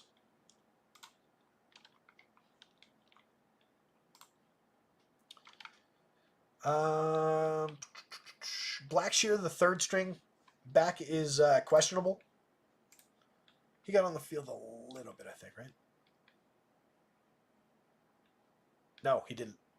So he wasn't even involved last week, so it doesn't matters even less. Mike Boone was the backup last week. Boone carried the ball 4 times for 7 yards. So that's where the other handful of carries went.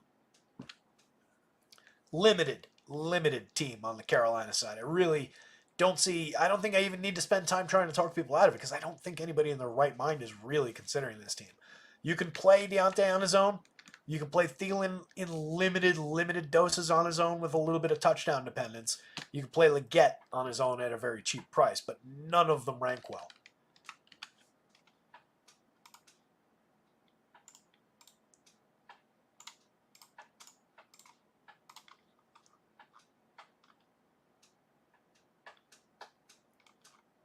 Deontay was targeted twice in the red zone last week.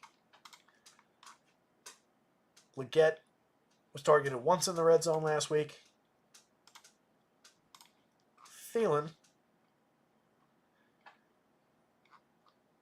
was not targeted in the red zone last week, which is weird because that's kind of his thing.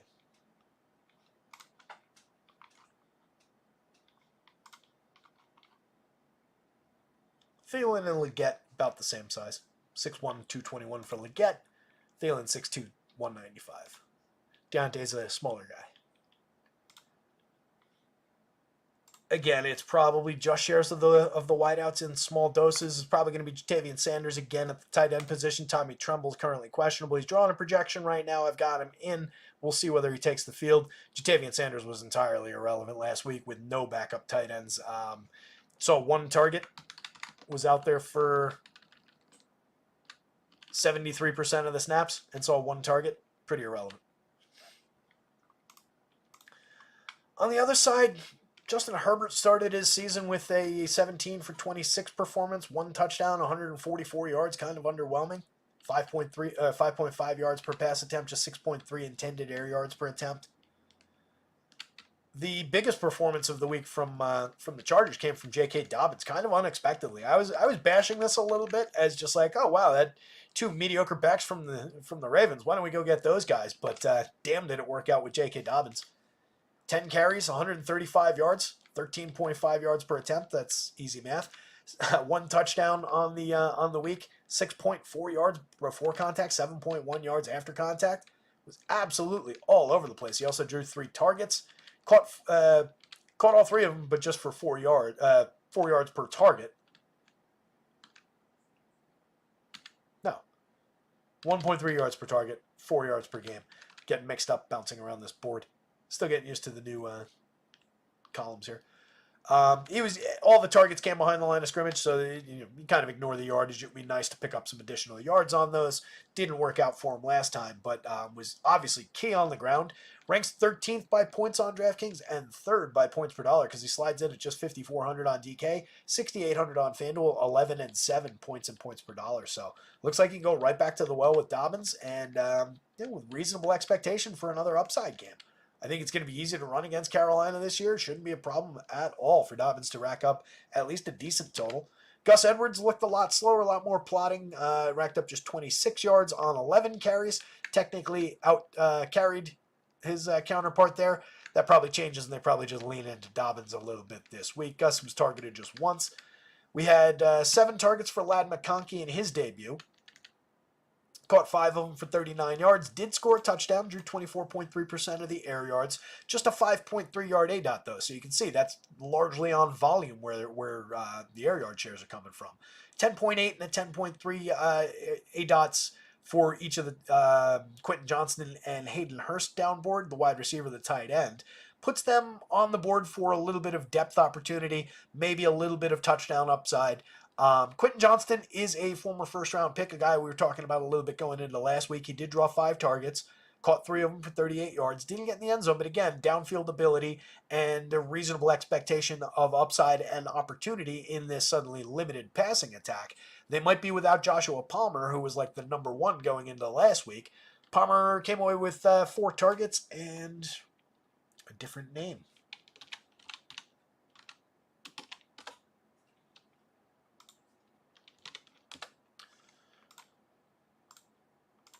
There we go, Joshua. Would you like to play a game? Palmer caught 2 of his 4 looks, 15 yards, 3.8 per target. No touchdown. That's a disappointing day for people who are overdrafting him in season-long leagues as a sleeper. I don't think he's bad necessarily, but I do feel like he was getting a little bit too much inappropriate buzz. I might still get proven wrong. We're talking about 1 week into the season. But this is a receiver who has been around for 3 seasons. Last year, 581 yards on 38 catches, played 10 games, 9.5 yards per target. The yards per target is nice. The overall output, shaky. 769 yards with 3 touchdowns the year before that on a career-leading 72 catches. It's an okay season. 7.2 yards per target, was targeted 107 times that year. He's a decent size target, 6'1", 210, third-round pick, 77th overall. Again, I don't think Palmer's necessarily bad. I just think he was getting overdrafted, and I think he got kind of exposed for it in that first game. And now he's dealing with a knee, and he's questionable, and he might not play at all. Excuse me 1 second.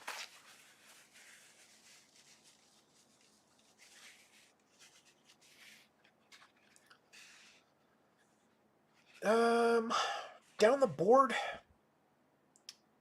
Hurst, the more believable of the tight ends. I mentioned he drew a little bit of an ADOT. He picked up 3 targets, 10-plus yard ADOT. Disley just got 1 target last week. Pretty limited. He did come down with it for 13 yards. He did play 44% of the snaps. So on the idea that Will Disley has been a tight end in the league for a minute now and has scored some touchdowns in his day, there's a little bit of just, entirely touchdown dependent upside there on, 1 or 2 opportunities.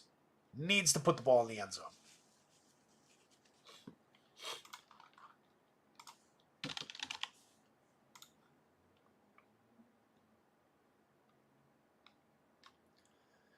Disley had 1 touchdown last year, 3 the year before, 1 the year before that, 2, 4, and 2 going back further in time. Career high was 34 catches in 2022 while with Seattle. It's probably the limitation, the lower limit on these guys. We saw 12% of the snaps go to Darius Davis. A little bit of snap share down the board. Simi Fehoko was on the field a little bit. Even Eric Tomlinson and Stone Smart got out there a little bit in week 1. Nobody was targeted from that group. Nobody's going to be targeted, very likely, or maybe 1 target goes to one of those 4 guys. I don't think there's any reason in the world to consider them for DFS unless something dramatically changes. Just a 39-point total here, not ideal, definitely reflective of the Carolina side more than the Chargers side. But the Chargers are not what they once were. This is a more limited passing attack, particularly if they're down Joshua Palmer. I think it's J.K. Dobbins' day. I think you can have limited shares of Herbert with McConkey, maybe with McConkey and Quentin Johnston. Limited darts, though. They rank 15, 17 by points. They are 7 as a stack by value on DraftKings, so there is a little bit of point per dollar scoring potential. A lot different 16th ranked on FanDuel, just an also-ran stack on the FanDuel slate. And again, no real reason in the world to play Carolina outside of maybe some darts at the one-offs.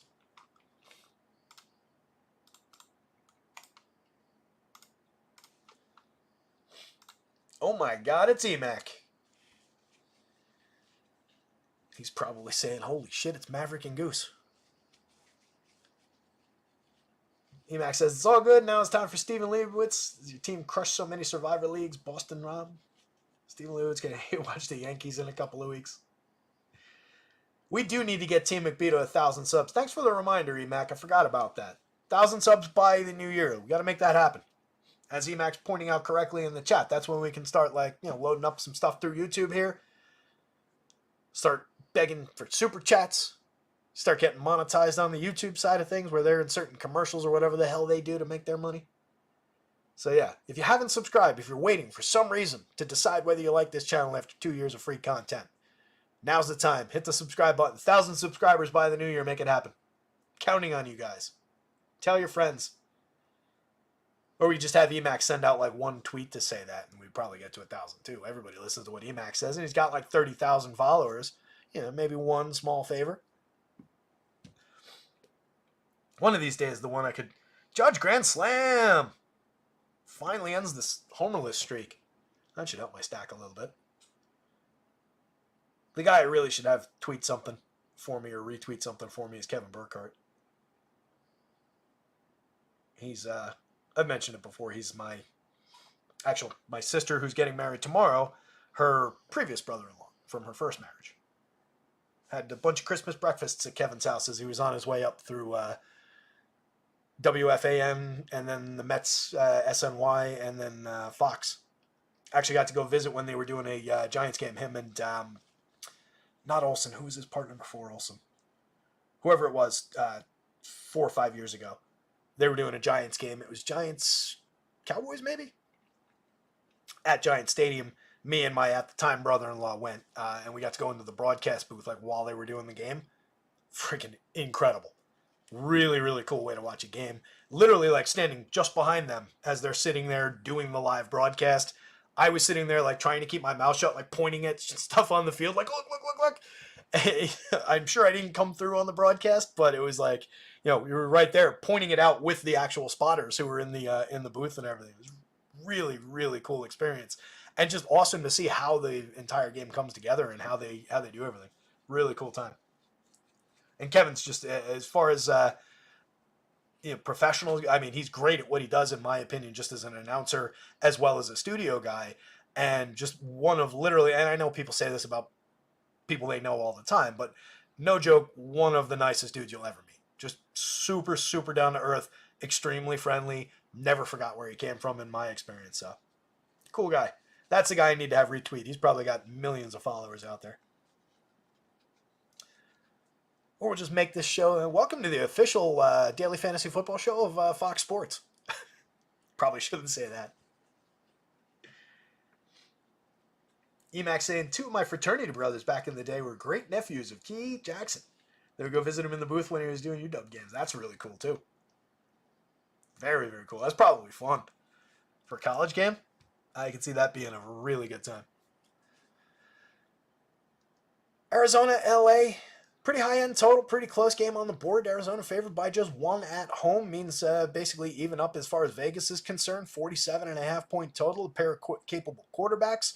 Pretty good downboard options. The Rams limited or just concentrate, reconcentrated Rams. Now that Puka's out of the equation, we got Cooper Kupp. Drew a monster target share. Rates out as wide receiver 1 across all 4 categories on both sites. The Rams stack rates as Stack 3 on DraftKings by points, 2 by points per dollar on both sides, 4 by pure points on the FanDuel slate. Looking like a good week to roster some Rams. In terms of the defense, Arizona last week allowed an embarrassing 30th ranked 9.7 yards per pass attempt, 3.9 yards per attempt on the ground. That'll come back to earth a little bit, but I think it's safe to say that you can pass against this Arizona defense. Stafford, for his part, completed 34 of 49 passes even after losing Nakua. 317 yards, 6.5 yards per pass attempt, not bad. 5.9 intended air yards per attempt. We do obviously like to see the guys who take a little bit bigger shots down the field. But with Stafford, that's just the nature of the way that this team plays. They dump the ball into the hands of these dynamic receivers a lot of the time, and these guys can make things happen. Particularly when you throw the ball to Cooper Kupp 21 times, you're probably going to get some decent results out of your receiver. That's what they do. That's why Puka was a monster the first couple weeks while Kupp was out and then kind of normalized. These guys offset each other a little bit when they're both on the field. When one is missing, the other is a dominant, ball-dominant target monster. And that's probably going to be the case again with Cooper Kupp this week. Caught 14 of 21, put up 5.2 yards per target, just a 7.3 yard ADOT, but he dominated the air yard share because he took all the targets away from everybody. Half the air yards went in Cooper Kupp's direction. Put up 110 yards, put the ball in the end zone. Big performance week 1, potential for more week 2. Kyren Williams is a good running back option. 18 carries plus 3 on the potential touches with 3 targets. Got him to 21 potential, and he paid them all off. He got 21 touches on the game. He only put up 4 yards on the catches. They were, again, another player just getting a couple dump out passes in the backfield and wasn't able to make anything happen with them. But the fact that they went his direction 3 times pads a little bit of fantasy scoring. It gives us that extra little boost that we're looking for that takes a good running back who's a running back only, and it vaults him up a little bit. So the potential is there. He also scored a rushing touchdown on the week. Very solid game on the ground from Kyren, and he was very good throughout last year. Should be a lot of opportunity for him in this one. I like the spot quite a bit. He rates as RB5 on DK, RB6 on FanDuel. A little bit worse by points per dollar, but not much. Definitely playable. High priority running back.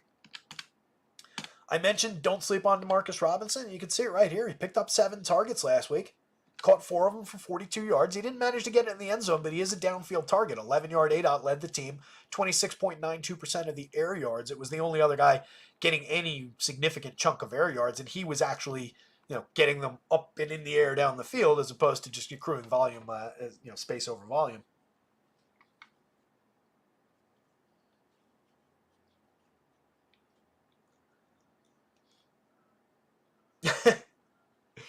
Emac loves Stephen Leibowitz because Emac can go into the chat and instantly know he's not the oldest dude in there. Love it. What is the Milly lineup, Emac? Let us know. Anthony Taylor Emac grinded his way to 150 tickets in the $5 entry DK Milly and then monetized about 400. Not a good Milly barometer guy. Who is? The best way probably to put a barometer on the Milly Maker is to just go to Manhattan or your nearest closest very large city and stop people at random and ask them to pick somebody to put into each lineup spot along the way. Because that's how every Milly winner seems to be made. Actually, week 1, I said this the other day, week 1, it just landed so much along the lines of everything I was looking at. I was kind of pissed off that I didn't have it. Not obviously that I didn't have the actual winner, but just, the Mayfield passing attack combination, the Kenny Walker share that went off, a couple other pieces. I talked about this on a baseball show the other day. I was all over it, just in different spots. Could have had one better lineup. Had a good week 1, though.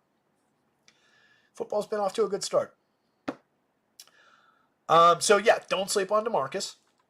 4 catches, 42 yards. We also had 4 catches out of Kobe Parkinson at the tight end position. He was targeted 5 times, put up a solid 47 yards. Didn't get in the end zone, but definitely was targeted a decent amount.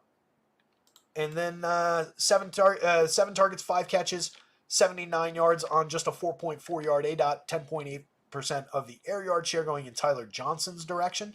You could definitely see another repeat of that kind of a performance. If he gets in the end zone on top of a day like that, you have easily paid off $4,000. So at those prices, all I really need to justify at least a few shares within stacks is targets. And he got those. So I think it's believable that he comes right back, sees a similar target share. Tutu got fewer looks, but he's also on the board here. We've got Jordan Whittington, a rookie who was on the field a little bit, but didn't really see looks. I think didn't Whittington have a touchdown called back? Am I remembering that correctly? I think he did, or he had a big play called back anyway. Just 3% of the snaps, no official targets. I think he had a big play called back. I want to say that I'm right about that, but I'm not entirely sure.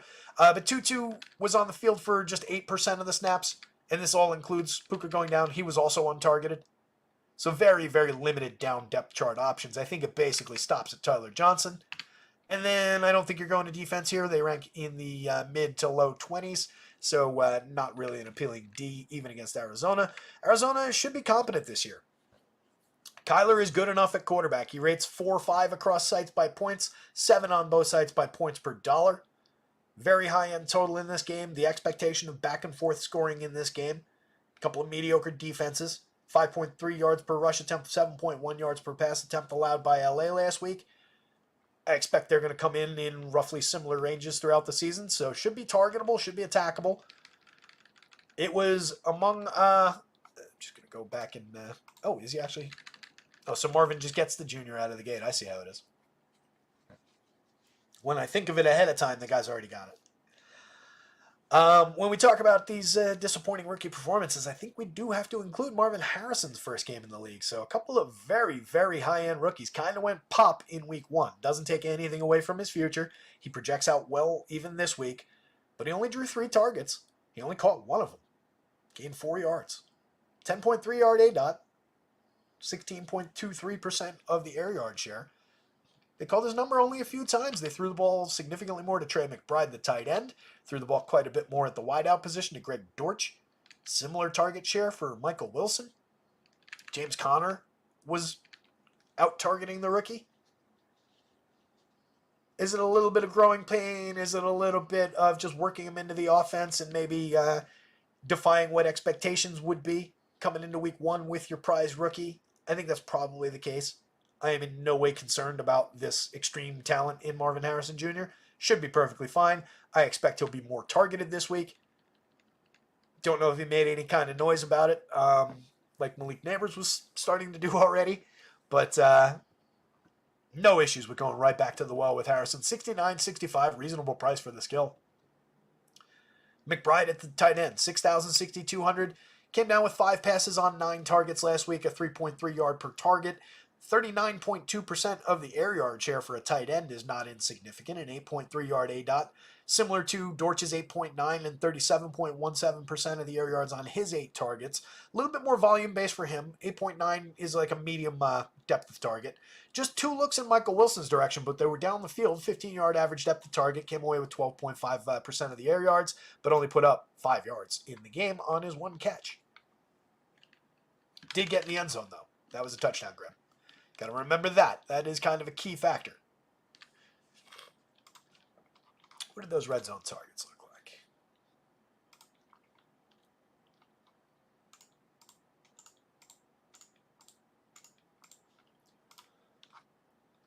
Harrison, no targets in the red zone.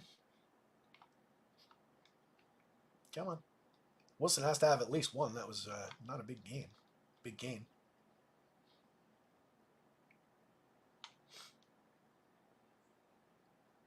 Yeah, once. And he converted it.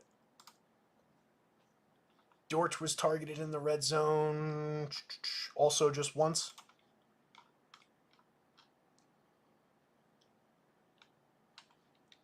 Pascal was not on the field, I don't think. McBride was the other one I needed.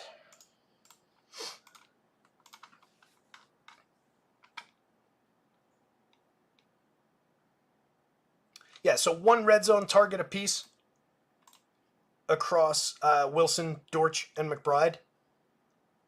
Limited opportunities once they were in close. You've got an effective runner in James Conner on this team. He ranks 14th across sites. He picks up a very nice points per dollar on FanDuel, ranking 5th for only 6,500. That's not a bad spot. Played 67% of the snaps, carried the ball 16 times, gained 50 yards, 3.1 per attempt. He put the ball in the end zone on the ground. And again, the 4 targets got him up to 20 potential touches. Came away with 19 touches. That's okay. We'll take the 33 yards, the 8.3 yards per target. Came on a negative A dot, but he turned it into a positive contribution. I like Connor. He's not a runaway freight train of a running back, but he's good and he's capable of putting up big games. We've all had him in those situations before, hopefully. As not the most highly priced back, he is at least on the value board and a strong consideration in what should be a high-scoring game with a fairly significant role. He's backed up by Trey Benson. Benson got on the field a little bit last week. Played 13% of the snaps to the 67 that Connor played, and then Amari DeMarcado played 21%. DeMarcado was targeted twice in the passing game, didn't carry the ball. Benson carried the ball 3 times for 13 yards, was targeted once in the passing game. It's the James Conner show, by and large, at the running back position here for Arizona. Maybe that changes as the season carries on. Maybe see a little bit start going Benson's direction. But right now, it's mostly Conner, and I think he's at worst playable. Playable to pretty decent here. Cards defense. There's one for you, Trey. Second by points per dollar. They only cost $2,300 on the DraftKings slate. Last week, they were 27th and 22nd, 5.3 yards per rush attempt, 7.1 yards per pass attempt allowed. Last season, they were incredibly targetable on the ground with 4.7 yards per rush attempt allowed and 1.1 touchdowns a game allowed to running backs. Through the air, it was just as bad, 7.1 yards per pass attempt and 1.9 touchdowns a game through the air. This is an incredibly targetable defense for scoring against. Just feeds the upside for Stafford, Kupp, Kyren Williams, Demarcus Robinson. I like Stafford plus 2s with Kupp, with Robinson, working some Parkinson, maybe some Tyler Johnson there. Kyren as part of stacks, just enough involvement in the passing game, I guess. The 3 targets support it, give it a little bit of upside. I'd like to see a little bit of downfield action for him, but catch one and run with it, catch one and break one, and we're okay there. And the points per dollar, points per reception upside is there for sure. It's probably a little bit more of a Kyren on his own passing game, quarterback and pass catchers in stacks. Kyren is just on that borderline of running backs that I like to include in stacks. But again, he ranks out tremendous on his own. Kupp is wide receiver 1. Stafford, quarterback 6 and 1 by points per dollar on DraftKings, 6-3 on FanDuel. A lot of upside showing on the LA side, but we're not all that far behind among the best players on the Arizona side. Couple of mid-teens options there. 4th ranked quarterback, 5th ranked on FanDuel. 4th ranked tight end, 6th ranked on FanDuel. Options galore in this game with one of the healthier totals, and again, one of the closer point spreads in the high-end total games. So expectations of shooting on both sides.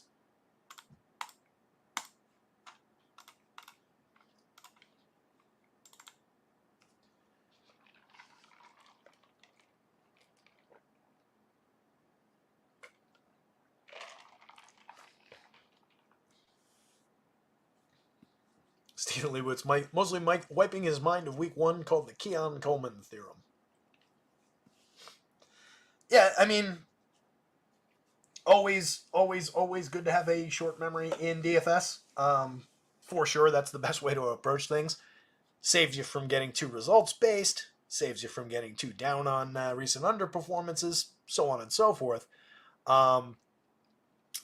In the NFL, I do think that, and I've talked about it a decent amount already, the samples are so small, the seasons are so short, the opportunities are so thin, that you can't completely have no memory of even just a 1-week sample from the previous week. Because each ongoing week is going to inform the next week to some degree. And it's the teams even treat it the same way. There is not enough data in football in any given season to say who is, you can say who's good and who's bad. But you can't say with a severe degree of certainty that guys who are underperforming expectations wouldn't eventually overtake that and turn in a good season. A Corbin Carroll in baseball, let's say. There is very limited opportunity, especially with receivers. I talked about it the other day. It's extremely, extremely event-based, to the point where people don't appreciate how event-based it is. We're talking about guys getting 3 opportunities a game as being options. Even in baseball, we're usually dealing with more than 3 opportunities. very, very limited. And as I said the other day, it's a compound limitation. Not only does this guy have to get his number called, he's got to have the right play designed against the defense. He's got to execute his route against the defender. He's got to beat the defender, who is also highly capable, of course, at his job on that opportunity. In addition to that, the offensive line has to execute against the D-line, who's going to be coming hard. The quarterback has to execute his job, not only staying upright long enough to find the receiver, locate him down the field, but also to deliver the ball effectively. There's so many compound factors on these event-based things that the sample sizes are just irrelevant. So it's very difficult with NFL if you start ignoring any part of the sample. You really need every last little data point you could possibly cling to. Oh yeah, and Steven, I know you were being facetious. I just took it and ran with it as a talking point because I like hearing the sound of my own voice. Lamar Jackson stands alone on his own. Quarterback one on both sites. Ranked 11th by points per dollar on DraftKings, where he's 77. Ranked 4th by points per dollar on FanDuel for 88. Looks pretty tremendous against the Vegas defense that was 31st, 6.5 yards per rush attempt last week. 12th with 5.4 yards allowed per pass attempt, but probably not as good as all that. Like Lamar on his own, I do think that his individual ability from time to time can take away a little bit from some of his skill players. But obviously there's any given slate monster upside in going to Baltimore, and Lamar's always going to be a part of that. So it's not like you lose it, you just kind of redirect it from one position to the other. But that is to say that sometimes that means that Lamar on his own is better than Lamar stacked with Rashad Bateman, let's say. Isaiah Likely had a monster performance in week 1. Hopefully you were a part of that. 66% of the snaps to Mark Andrews' 74%. They were out there together quite a bit. Likely drew 12 targets to the 2 that Andrews saw. Likely caught 9 of them for 111 yards, 9.3 yards per target. Pretty solid 36.7% of the air yards, 8.2 yard average depth of target. The downfield beast for this team continues to be Rashad Bateman. 24-yard average depth of target, 44.9% of the air yard share. Only caught 2 of them, but came away with 53 yards. That's the nature of this receiver. He is hit and miss. He's not the best receiver in the world, but he can definitely get down the field in a hurry. And he's got a quarterback who can deliver the ball down the field. So it's a good combination of factors for, home run hitting. That's really all you need out of Bateman is that one big play. Where he's priced, 3,900, 4,800 across sites. Not too bad. Ranked 60th but 50th by points per dollar, 66th and 62nd on the FanDuel slate. Ranks as a very playable piece of this offense. But again, it is a guy who we're talking about five opportunities, 5 plate appearances, let's say, if we were talking baseball. That's a good game. It's good, full, robust opportunities. There's no guarantee of success in that. There's no guarantee that Lamar throws even one of those 5 opportunities well. So it could be completely not his fault. He could be wide open down the field and still, through no fault of his own, come away completely empty. I do like the option with Isaiah Likely, but I think he dramatically comes back to earth. He rates out as tight end 18-16 across sites, and he's a little bit overpriced, so the points per dollar marks are a little bit off at 48.58. I would honestly be more inclined to go toward Mark Andrews, the true tight end 1 on this team, the guy who's been super talented and a stud tight end option for a number of years now. He's dealing with some lingering injuries. He was banged up all through last season. He only drew the 2 targets, came away with 14 yards, no touchdown. But once it gets in close, once they're looking for some sure hands in the end zone, I do like Mark Andrews to pick his targets back up, projects out fairly well, and does not cost all that much, so rates out pretty well on both sides. Derrick Henry ranks out pretty well on both sides as well. 8th and 9th across points, 12th and 10th by points per dollar, not bad. Drew 46% of the snaps last week, carried the ball 13 times for 46 yards. He punched it into the end zone. Always going to be good at least that, and this is a team that can leave it short a little bit, so having him there to just bulldog his way into the end zone is definitely an asset for this team. It also makes things more dynamic with Lamar's ability to take the ball on his own, go up and over, go around, whatever they need to do. So it just gives you a lot of different angles of attack in this rushing game once you're in close. Henry's very limited in the passing game. He saw 2 targets last week. He didn't come away with either of them. He had 1 year where he picked up a couple of additional targets each week and was kind of like contributing. I think he came away with like 35-ish catches that year. And it was just like an interesting wrinkle, but it's not part of his game. He's just a wrecking ball of a runner. Definitely an interesting option against a team that was allowing plenty of rush yards last week. Has a significant upside for some touchdown potential as well.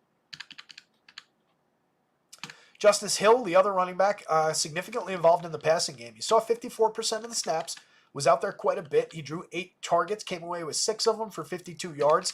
That's 52 yards and 6.5 yards per target, despite a negative 1.5 yard average depth of target. So this is a guy who's catching everything behind the line of scrimmage and then making things happen with the ball in his hands. That's an exciting player. Justice Hill has always been capable. It's more of a volume question any given week with Hill. He only carried the ball once. He only gained 3 yards in the rushing game, but he was very highly involved in the pass attack. That makes him at least playable. Rates in the 40s across sites. Not a dynamic option, but one with a little bit of any given slate appeal. You catch one of those balls behind the line and you break it, and that sets you apart at the running back position for a very cheap price. Aguilar, Till, and Wallace. Wallace got on the field for just 11% of the snaps. Aguilar was out there for 38%. He drew 1 target for 6 yards. Typically more of a downfield option with some issues around dropping the ball, but he was pretty good at actually catching it last year. I think he had like a 95% catch rate last year. 36-43. It makes him playable, but we're talking about a guy ranked in the 80s. This is a depth dart throw kind of option at the absolute best. Baltimore favored by 9.5. I see no reason that their defense wouldn't be in play against a reasonably gettable Vegas offense. It's actually kind of a low. Oh, no, it's not. I was looking at the wrong line. I was like, how the hell did they rate 18th? But nope, they rate first.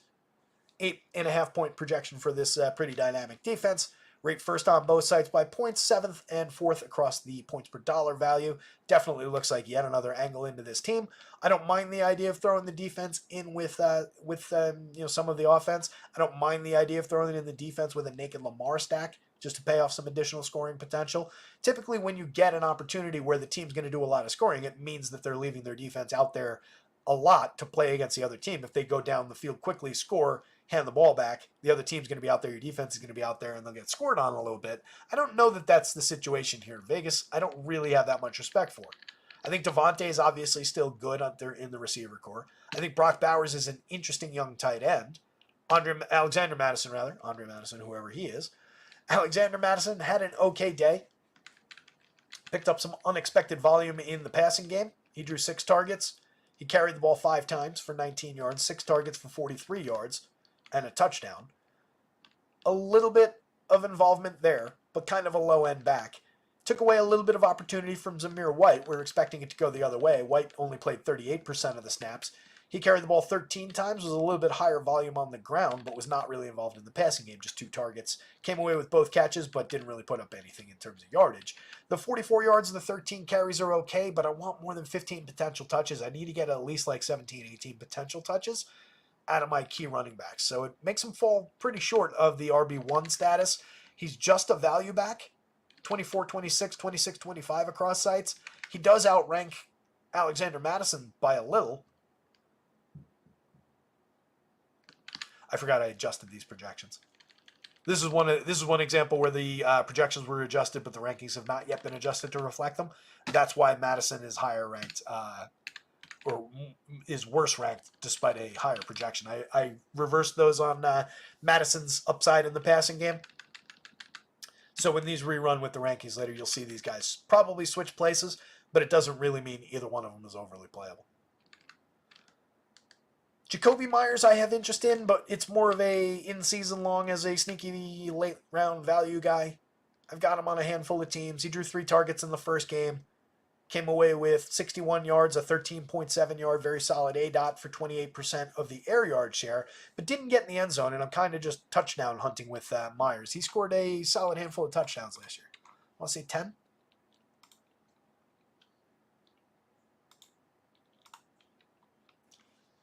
Was it 10? It was... The hell did this board go? 8. 8 touchdowns. 71 catches, 807 yards, and 8 touchdowns. Scored 6 touchdowns the year before. It's not that he's an underrated receiver, but he kind of is in a little bit of ways because he's always cheap. He's rarely ever popular. I think people have his talent kind of correctly pegged, but still don't necessarily go to him just because he's not all that sexy of an option. He's just kind of a guy who floats through as an average player, but does have a bit of a nose for the end zone and can create some fantasy points. So he's at least on the board for that, but all these receivers are a little bit limited by Gardner Minshew. Minshew has stupid initials on his name. This is QB Advanced.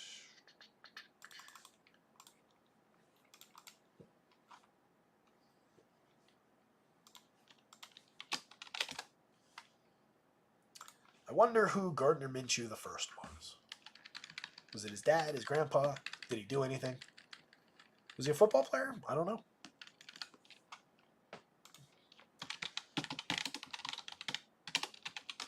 If you don't think I'm Googling that now, you have never watched this show before.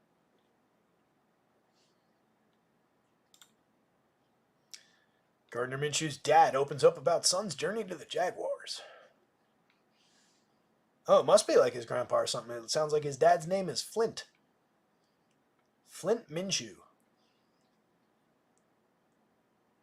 I don't know where the Minshew family is from, but knowing what I know about Gardner, I think Flint is probably a fun, like, outdoorsy, hunting kind of a guy, like his name sounds like. Flint Minshew. That just sounds like a solid, in all the best ways, hillbilly kind of a name. Not in a derogatory way at all. I have no idea who Gardner Minshew Sr. was, and it does not matter. So Minshew threw the ball 33 times last week, right around the average that we're looking for. We want 32 to 35 pass attempts out of our premium quarterbacks. He completed 76% of them. Not a bad game. Threw a touchdown pass.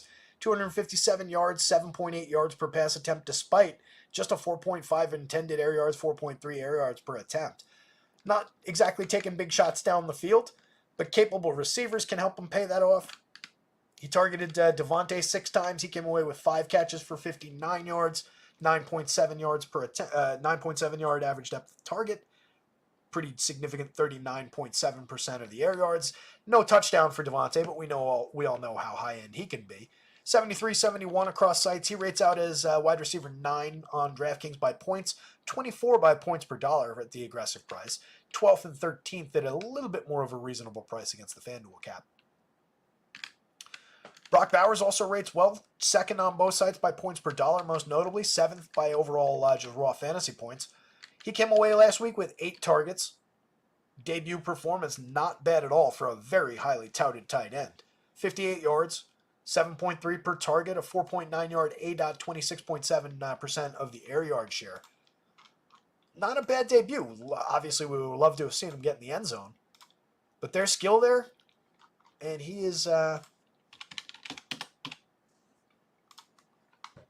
there's a lot of draft capital there. He was the 13th overall pick in the first round this year. 6'4", 230. Big specimen of a tight end. Did they take away his 40 time? I guess they took that part of the screen away. Yeah, just, again, a lot of skills. There's the college numbers.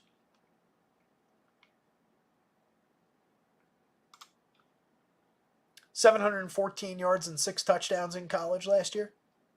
821 with 5 the year before, 882 with 13 as an 18-year-old the year before that. Just on volume, expectations, draft capital, opportunities, every reason in the world to consider Brock Bowers a relatively high priority tight end. If you're one-offing tight end, I do think he's in play across sites. If you're stacking this team around a cheap Gardner Minshew, I think he's a priority receiver in this. It's probably one... I'll lean Myers, but it's very slightly Myers, if it's Myers at all. On DraftKings, where Bowers is $700 cheaper at the tight end spot, that might actually be Bowers already. So it's like 1 and then a tie at 2 between Bowers and Myers. And then really everybody else is just kind of meh. Michael Mayer, Harrison Bryant as fill-in tight ends. You did see 57% of the snaps go in Mayer's direction. So he was on the field a little bit. He drew 3 targets, caught 2 of them for no real contribution. 78% of the snaps we had Trey Tucker on the field. He drew 3 targets, put up 22 yards, didn't get in the end zone. 15% of the air yard share on 7.7 yard ADOT. He's capable enough, just the third man in at the wide receiver spot, but he's a higher end option than like DJ Turner, Tyreek McAllister with 0 projection down bottom. Defense in this one, I don't think you're throwing the Vegas defense at the Ravens all that often, despite a decent performance. Oh, no, this is the other side. This is them. Right. 31st, 6.5 yards per rush attempt, 5.4 yards per pass attempt. They were okay against the pass in week 1. But I don't think that's going to hold up. Last year,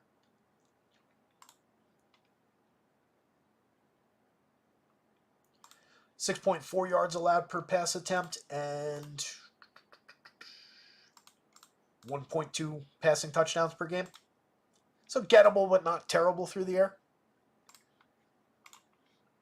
In terms of their rushing ability, Dallas, there he is. Just a 12% blitz rate last week. Picked up 2 sacks and an interception. Just 19.4% pressure rate, though. Against that kind of a pass rush, Lamar should have a field day. Able to sit that back there for a few seconds, let things develop, and then take off if he needs to. Seems like a premium matchup. Big time Baltimore day. Mix and match quality on the Vegas side. Let's move on.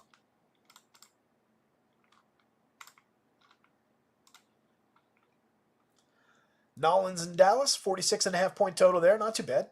Dallas favored by 6 is a little bit slanty. Like I said at the top of the show, Dak projects okay. If I had left it against just last year's defensive numbers, would have been a little bit better looking. You can see that New Orleans kind of overperformed their expectations in week 1. Just 2.9 yards allowed per rush attempt was first. 4.4 yards allowed per pass attempt was 6th. But they played Carolina. So a little bit of a different animal here. I think it's, they were a 1.3 touchdowns per game and 6.3 yards per attempt last season through the air. So while they were decent as a pass defense, they were nowhere near as good as they looked in week 1. The way I do it is I average it out. So Dak is getting more of last year's pass defense. And it still had an impact on the number because of how good this first week was. So I think the truth is somewhere, between this projection and 20 as like your true median, right around, these numbers. Definitely some ceiling there, though, for Dak. Obviously, awesome options in CeeDee Lamb, a very talented Brandon Cooks to throw to. Going to have Luke Schoonmaker at the, Schoonmaker? Not sure how to say that. Spinnaker. A schooner is a sailboat. Eventually, this is just going to devolve into me just spouting endless movie quotes and not talking about football at all. It'll just be movie quote after movie quote into the microphone. The concern for me comes in the rush game for Dallas. I don't really like how either one of these running backs rates out. Zeke getting the lion's share of the projection this week. 51% of the snaps for Zeke, 44% for Rico Dowdle. Coming into the game, I was expecting it to be the other way around as far as where these touches went. 8 carries for Dowdle, 10 for Zeke. Zeke put up 40 yards and scored a touchdown, 4 yards per rush attempt. Dowdle only gave us 26 yards, no TD, 3.3 yards per attempt. He only was targeted once in the passing game to Zeke's 2 targets. Just kind of slanted in the direction I wasn't really expecting. If that continues, I think it's just a limited running back all around. I don't love the upside for Ezekiel Elliott. It's been a minute since he was overly relevant. Even in last week's game, that's not exactly outstanding numbers. But he does look like the slightly more featured back, at least right now. But it's more about the passing game here. I think Dak stacks up very nicely with CeeDee. They rate out as stack 11 on DK, 14 on FanDuel. Could probably be a little bit better. If I rerun these, or when I rerun these before morning, I expect the Cowboys will take a little bit of a slight step forward. I think I'm going to give them a little bit more room. In week 1, CD was targeted 10 times. He came away with no touchdown, but 10.7 yard ADOT, 42.13% of the air yard share. Cooks was targeted on an 11.3 yard average down the field, 31.1% of the air yards. He got it into the end zone on his 4 catches. He was targeted 7 times. Another premium option in that offense. He is a capable receiver that had his moments last year and has had his moments throughout his career. I don't mind the option. It gets a little thin down the board. We're already dealing with a backup tight end with Schoonmaker, no Ferguson. Then we've got Tolbert and Turpin, who were out there for 2 targets and 1 target apiece. Between the two of them for the 3 targets, they caught 1 pass. Turpin got a couple shots down the field on a 14-yard ADOT, or 1 shot down the field on a 14-yard ADOT, but didn't catch it. He played 10% of the snaps versus Tolbert's 67%. Tolbert's out there quite a bit more. He also sees the occasional touch on the ground, but didn't get any there. Deuce Vaughn, very limited touches as a downboard back. I don't think there's any upside in that. And then none of the Jalen Brookses of the world. Brooks did get a target. He picked it up for 18 yards. 9-yard ADOT. Maybe as an extreme dart throw. If you're playing the Milly and you're getting desperate in your 15th Cowboy stack, sure, throw him a share. But he doesn't rate out well at all. The Saints are kind of interesting. I think that this team could probably hang with Dallas at least for a decent chunk of this game to keep it interesting. Derek Carr, more than capable as a veteran quarterback for a fair price. He rates 10th by points and 12th on FanDuel, sitting 4th by points per dollar on DraftKings. It's kind of interesting. 13th points per dollar on FanDuel. He's only 5,300 on DraftKings. 1,400 less than his opponent at the quarterback position. This is a version of Derek Carr who's coming off of a 200-yard day, completed 19 of 23, 83% of his passes, 200 yards and 3 touchdowns, 8.7 yards intended air yards per attempt, 8.7 yards per attempt, exactly on the nose, 5.6 air yards per attempt. So the guys got him where he wanted to be.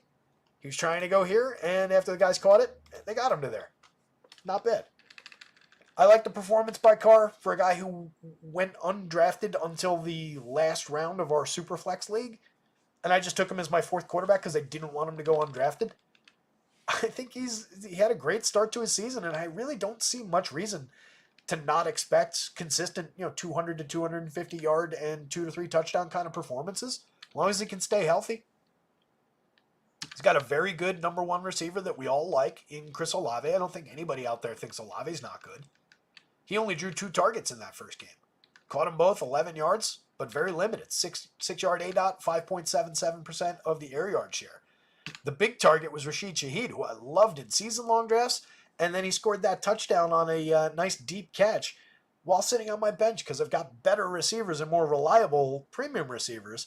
But I took Rashid Shaheed in basically every league in one of the late rounds, and he delivered week 1, and I really like his upside to continue delivering as a field-stretching option in this offense. 5 targets down the field, 73 yards on 3 catches, 14.6 yards per target with a touchdown, 46% of the air yards. Yes, please. I'll take more of that. Jamal, entirely touchdown-dependent second running back. He carried the ball 11 times for 38 yards. He did get in the end zone, which helps pay off a $4,800 price. But it's still, even with that, a little bit limited. He rates out his RB 41, 44 across sites. Mix and match quality at best. Taysom Hill. I know people always want to talk about Taysom Hill. He did end up rushing the ball 5 times, 35 yards. Didn't get it in the end zone, but a very solid 5.6 yards after contact per attempt. Racked up 7 yards total per rush attempt. It's not bad production. Only saw 2 targets, caught 1 of them for a half a yard. For a yard, half a yard per target. With the idea that they're going to give him a few looks here and there, the idea that they're going to give him a few carries here and there, the idea he's probably going to throw a few balls from time to time, I think he'll always be at least somewhat playable. It's more of a gadget. To me, it's more of a spot where I don't really love throwing the shares. I think Taysom Hill is going to be approach a Slate winning score at the position. Whether he wins the Slate or not is irrelevant, but approach a Slate winning score positionally maybe twice this season. I think we've seen him do it about 2 times a season since we've had the option. I don't think it's really all that worth chasing. I think he hurts you more than he helps you in a lot of weeks. There's obviously ability there. It's a fair price. He even projects okay. 11th by points on both sites, 11th by points per dollar on FanDuel. He's not unplayable, but he's by no means my favorite tight end. This team has a tight end I like a little bit better. I like Juwan Johnson better than I like Taysom Hill. If I'm looking for touchdown upside, Juwan scored me one last week. 3 targets, caught 2 of them, 26 yards, a solid 14-yard ADOT at the tight end position. They can go up and over to him. They like throwing the ball to him in the red zone. I like Juwan Johnson, and people don't like playing him for whatever reason. He projects equally, if not better, than Taysom Hill most weeks.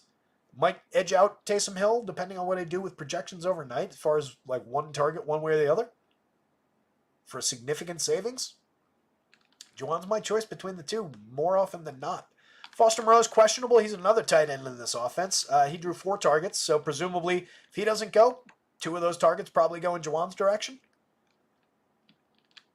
Mason Tipton got on the field for 1 target. He caught it for 6 yards, and we're very proud of him. 26% of the snaps. Pretty minimal opportunities once you're getting down to that part of the depth chart. But at least this group of players from here down is highly playable. Haven't talked about Alvin Kamara, their star running back, yet. Kamara carried the ball 15 times, 83 yards, a pretty solid 5.5 yards per attempt. He scored a touchdown, 4.2 yards before contact, 1.3 after contact per attempt. He was also targeted 5 times. Kamara's a volume monster, always has been. That's 20 touches. He caught all 5 of those targets, 20 potential, 20 actual. Gave you 27 yards through the air, capable of a lot more, but always catching the ball around the line of scrimmage, so has to get it done on his own. But a very, very high-end option at the running back until further notice. 7,000, 7,800 on the DK slate. He ranks 1723 on DraftKings, 2027 on FanDuel. Playable but not outstanding. Probably going to be a lot less popular at those prices than he was last week. Some good options. I like at least 3 of their skill players. I don't mind Jamal as an alternative at running back. I like Juwan Johnson as an alternative tight end. It's a cheap, playable stack.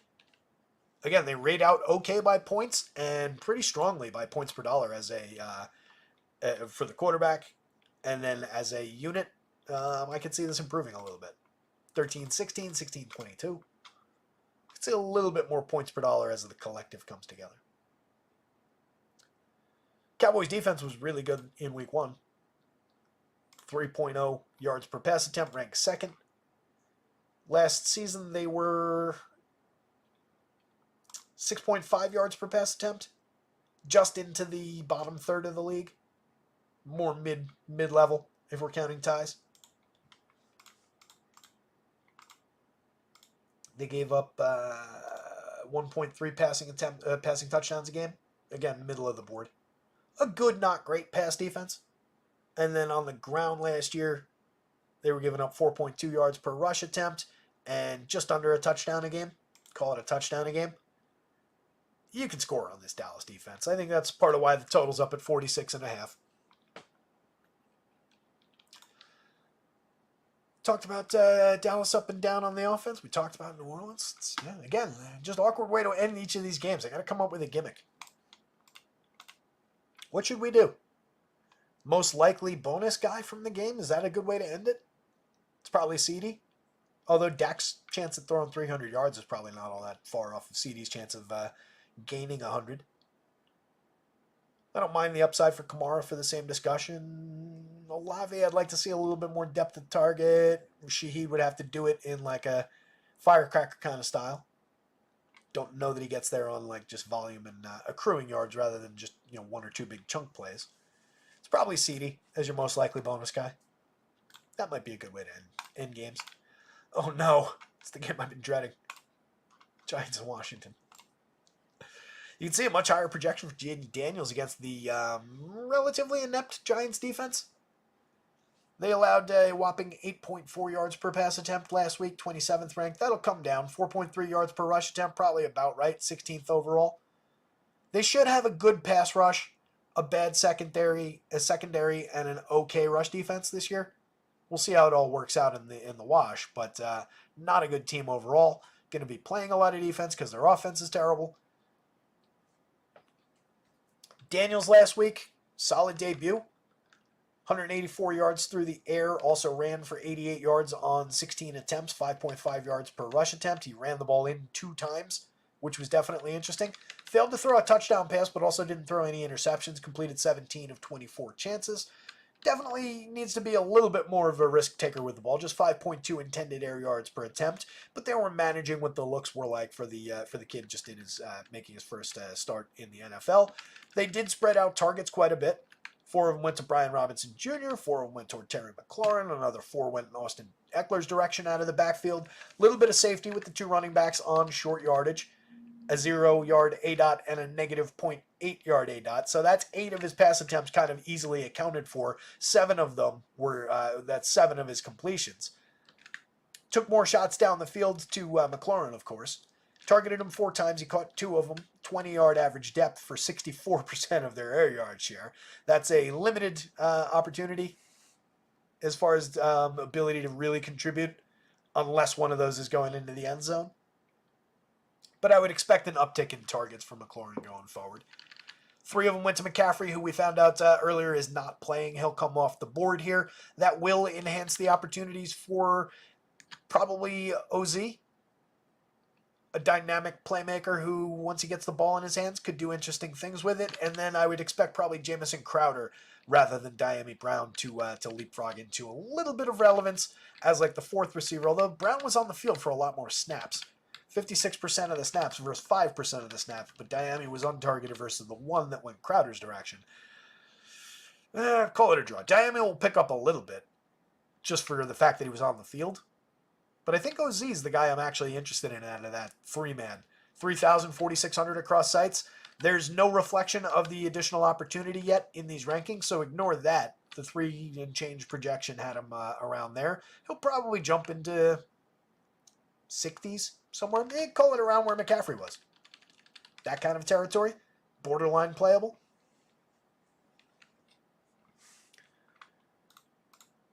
At the running back spot, Robinson should be able to get a decent share of yardage against the Giants. Carried the ball 12 times for 40 yards last week. Just 3.3 yards per rush attempt, but he did put the ball in the end zone on the ground and picked up the 4 targets. Eckler, total non-factor on the ground, was a little bit more involved in the passing game. Put up 52 yards on his 4 catches, but kind of limited otherwise. 10 yards on 2 carries. Didn't get in the end zone through either aspect of the game, and again, all the catches came at or behind the line of scrimmage. Zach Ertz at tight end spot. Ertz was out there for 71% of the snaps. He drew 4 targets. Caught 3 of them for 28 yards. Nothing special about this performance other than the fact that Zach Ertz was healthy, on the field for the vast majority of their snaps, drew 4 targets, caught 3 of them, 22.4% of the air yards. I'm happy Zach Ertz is still in the league and still capable of being out on the field. He's a good veteran tight end. He will spike a couple upside games for the price this season. He's not a terrible option. But, keep in mind, tight end does not require multiple tight ends. So once we're into the 20s ranking-wise, we're dealing with kind of the bottom of the board.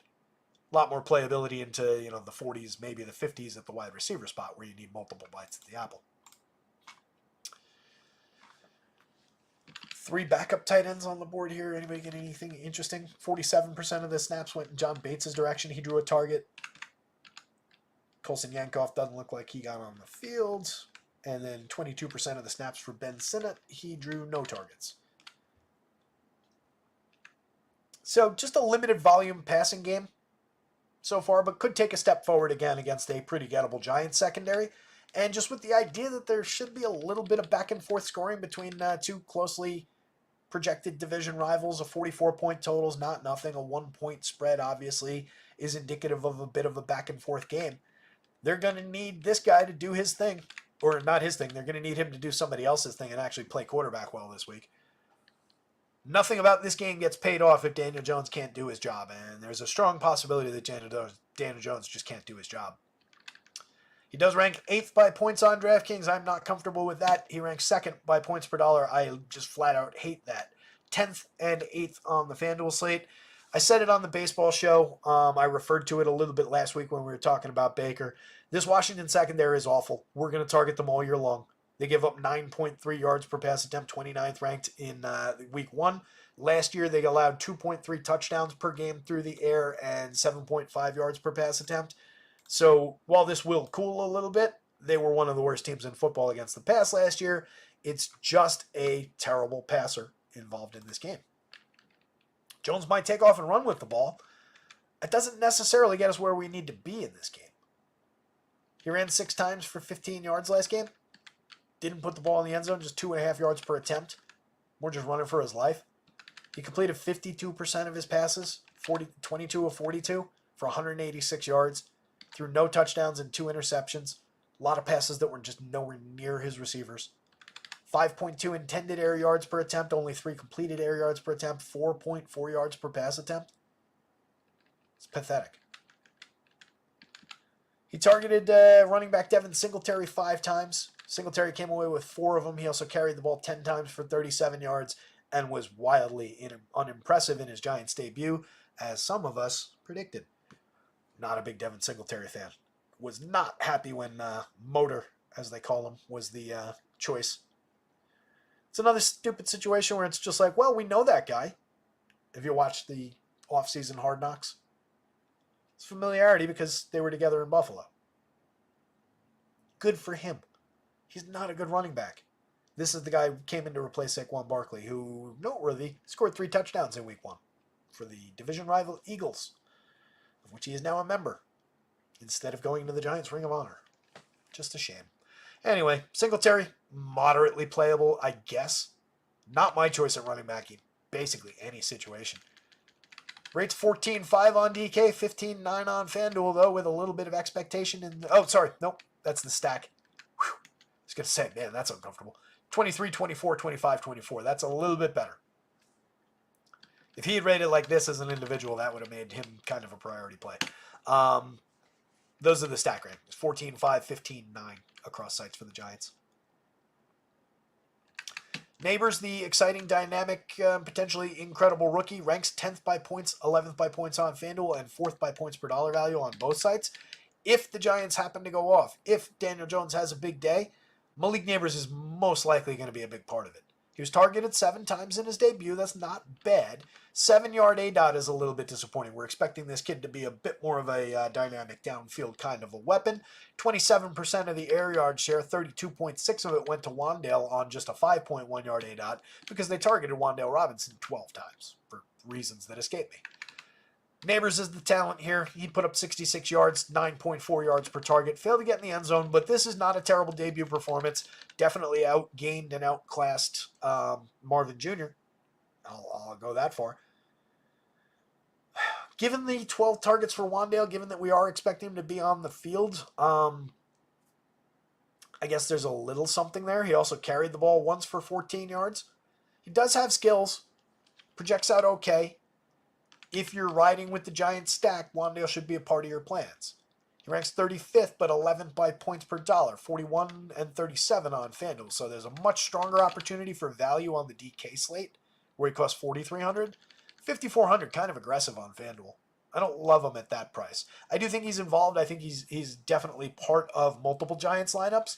But in my first one, I probably would go Daniel Jones, Neighbors, and then I would consider dipping maybe to $2,600, $4,500 Theo Johnson. Johnson, in his debut, picked up 4 targets. He only caught 1 of them for 18 yards, but a solid little 8.3 yard ADOT, 18.23% of the air yard share.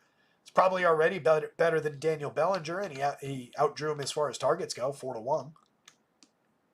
Snap share was just 23% for Bellinger, and Theo was on the field for 86% of the snaps. So it seems like right out of the gate, week 1, Bellinger has lost his job to Theo Johnson at the tight end spot. So I would consider that just as a value play.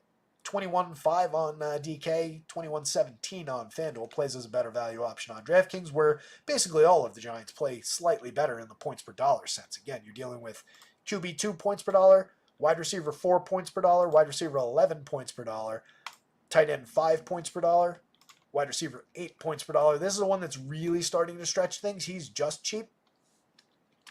Jalen Hyatt for 3,100 ranks 8th, but 57th by points, 61-51 on the FanDuel slate. Darius Slayton is now projected to be in to be active. Not ranked right now because he wasn't initially projected to be active this week, so he's not in projections, but we'll get him there. Last week, Slayton drew 4 targets, 26 yards, and 18.7% air yard share, 8.5 yard average depth. Hyatt is a downfield weapon, but they rarely actually target him. They rarely unleash him, and when they do try, Daniel Jones pretty much fails to get the ball there, or Hyatt fails to actually catch it. No catch on his one target. It was an 18-yard look, 9.9% of the air yards. Gonna need to see it a few times, I think, out of Hyatt. He's a little bit of a dart throw, but that's about it, considering the points per dollar. The running back spot behind Singletary, Tyrone Tracy carried the ball. He's a junior.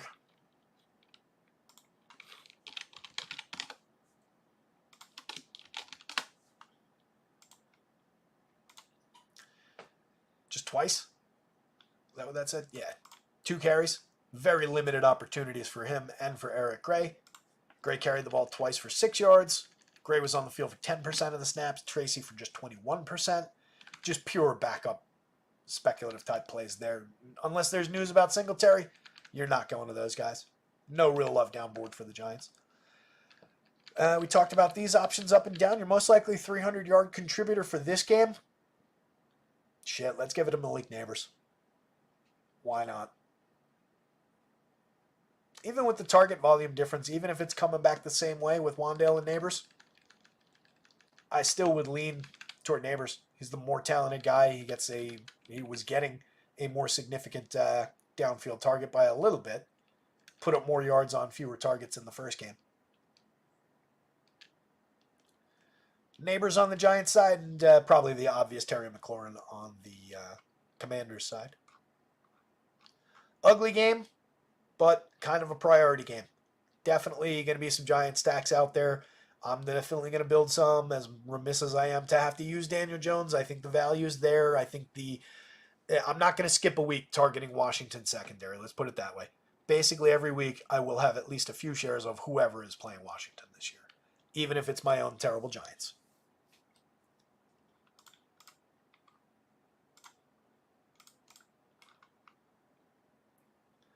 Five games left. We're making headway. Bridge Lion saying I think they're factoring in a Dallas defensive touchdown. That could definitely happen. That's a good point. There's upside for Dallas's D. You could definitely see Derek Carr lose one. It's a quarterback that's, while I do think he was good in week 1, while I do expect him to continue being good around that level, much more into the game management phase of his career, and those guys can definitely lose some passes, so I could see a little bit of scoring out of Dallas' defense. And then the one that I thought you were pointing out, the Washington defense.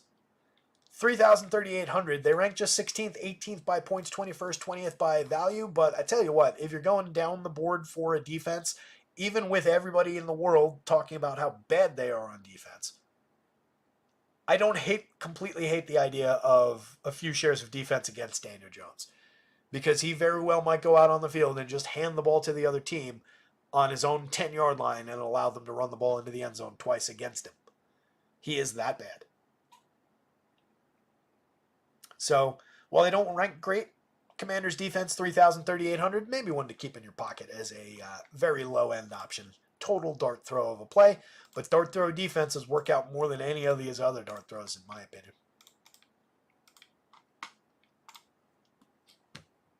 Got a little bit beep on that one. I beeped it because I mentioned the name of a political candidate, and I don't want to do that. But I got a little bit of using the words "in my opinion" or the word "probably" to mean I'm kind of making this up. A lot of politicians do that. One in particular does it quite a bit more than any others. I almost stumbled into that territory just now. Anywho, plowing through the Jets. 41-point total. Jets favored by 3.5 on the road in Tennessee. Believable upside for New York. I think they're going to be all right. I got to give them at least that. There's just too much skill in terms of the skill players. They've got decent lines. They've got a decent defense. I don't really trust Aaron Rodgers. I don't really think he has an overly strong season. We talked about the decline that was starting before the injury. Missed all of last season, obviously, outside of 4 plays, but was really in a dramatic decline his last year in Green Bay before coming to New York. So a lot of lingering questions. He ranks just 15, 17, 17, 14 across sites, but the Jets as a stack, 5th and 3rd on DraftKings, 6th and 4th on FanDuel, just by virtue of the quality of Breece Hall, Garrett Wilson, a little bit of Allen Lazard working its way in, a little bit of Mikey Williams with not a bad projection. Even Conklin is a moderately capable tight end. But a lot of it's going to ride on what this guy can actually do. 13 of 21 in week 1 for 62%, 167 yards, 1 touchdown, 1 pick. 7.3 intended air yards per attempt, 8 yards per pass attempt, 4.2 air yards per attempt. Not completely awful. Not exactly standout. Aaron Rodgers is back, plant my flag week 1. But not completely lost out there either. He delivered 11 targets to Garrett Wilson. Wilson came away with 6 of them for 60 yards. Could have had a bigger game. 9.1 yard ADOT. He's operating down the field. He drew 50% of the air yards. It's curious math. 50.77, 50.26, 1.03, and negative 2.05. That does add up to 100. How about that?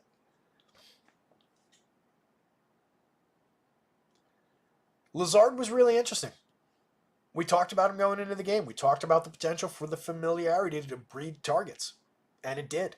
He was targeted 9 times. Caught 6 balls for 89 yards to lead the team in receiving yards. 9.9 yards per target. 10.1 yard ADOT was also the biggest on the team. And he scored 2 touchdowns.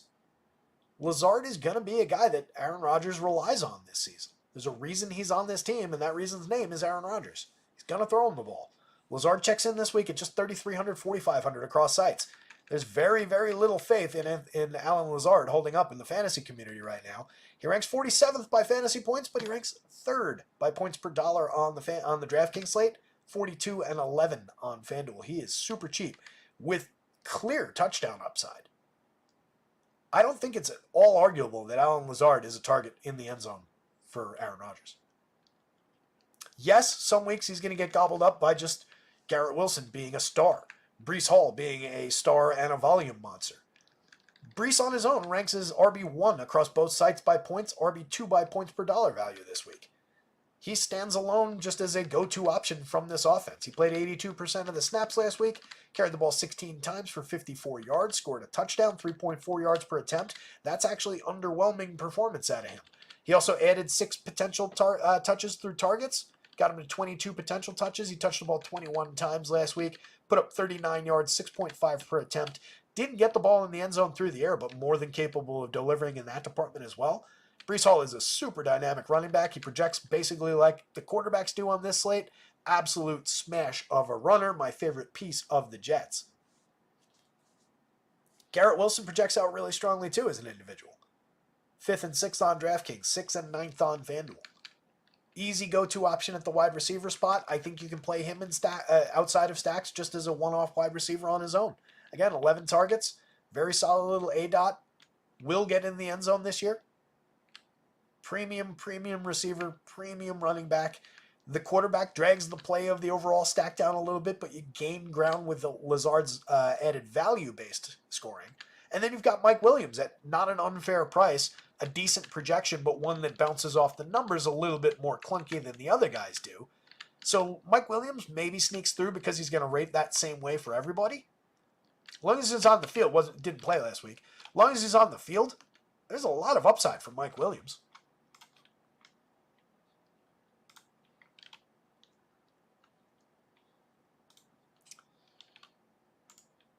He is not currently carrying an injury tag. Oh, wait, did he play? No, he didn't get on the field last week. Oh, he did. He played 9 snaps. He was just completely untargeted. Is that on here or is that missing? Did I miss the snap count? Oh, yeah, 18% of the snaps. Yeah, that's it. And that's again what I'm talking about with these sample sizes, right? 18% of the snaps. It's low as we value snap percentage shares, But you would say, oh, all right, that guy was out there a little bit. He was, out there. What does that amount to? Like a quarter or so. He played a decent chunk of the game, and 18%. It suggests it's like a fifth of the game. It amounted to 9 plays, 9 snaps over which he was not targeted. He ran 4 routes on those 9 snaps, so he wasn't even running routes to be eligible to be targeted on 5 of those plays. This is where you really, really got to focus on what do these opportunities look like. I think he gets way more looks than that. I think he gets way more potential. Word is that he's going to be seeing more snaps. Robert Saleh said Friday that Williams will play an increased role on Sunday versus the Titans after having been under a 15-play limit. That's what the limitation was in week 1. So he didn't even get to his limit. He's coming off a torn ACL, missed all of last year. But a high-end player. 2 1,000-yard seasons on his ledger over his, he's been in the league since 2017. A 10-touchdown season, a 9-touchdown season. A lot of ability down the field. Double-digit ADOTs throughout his career. Big-time downfield target in his first year in New York. Should be a part of the offense. He's a guy they brought in specifically to be either the second or third banana in this wide receiver core, depending on what they were going to get out of Allen Lazard. I could see him overtaking Lazard in terms of target share, while Lazard still draws red zone targets, and Williams becomes the downfield guy for Rodgers. So dynamic enough passing attack for me. You throw in a affordable tight end with Tyler Conklin. Not terrible. 13-14 on DK, 17-16 on FanDuel. Played 90% of the snaps last week. Just 2 targets, just 1 catch. Pretty limited in terms of the output, but every now and then he'll come up with a few catches, a handful of yards. If he gets you in the end zone a couple of times for a cheap price, you're not bad.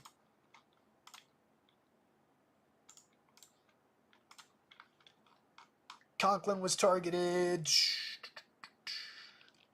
Neither of those targets came in the red zone. He did run 26 routes, so he was targeted on just 7.7% of his routes run, but he was out there running routes. A little bit more than half of the offensive snaps he ran a route. We'll get more of the route running information going once we've got a little bit more to work with. He's a limited tight end, but that's why he's so cheap. I do think that Tyler Conklin is playable, but mostly inside of Jet stacks. I don't think he's a go play him on his own kind of a tight end. Braylon Allen operating behind Breece Hall, not really going to get much of an opportunity whatsoever. He carried the ball just once for 8 yards, and congratulations to him. He was also targeted once. Xavier Gibson was not targeted in the offense. He was out there for some snaps, 59% of the snaps, but went untargeted. How many routes did he run? Damn it. Wrong clip. Clicked on Tayshaun Gibson from the Jags. Safety. How many Gibsons we got on this ship? We got 2 Gibsons on defense and this guy. I wonder if they're all related. Xavier ran 21 routes on his 28 snaps. He was out there running wind sprints. Did return 77 yards worth of kick. Kick returns are so weird this year. You guys fans of the new kick return rules? Harold Haas picked up the Spaceballs reference. Dynamite. That's what I love about you guys. I know I can throw these things out there and not have to explain them and just plow forward, and at least a handful of you guys are going to get them.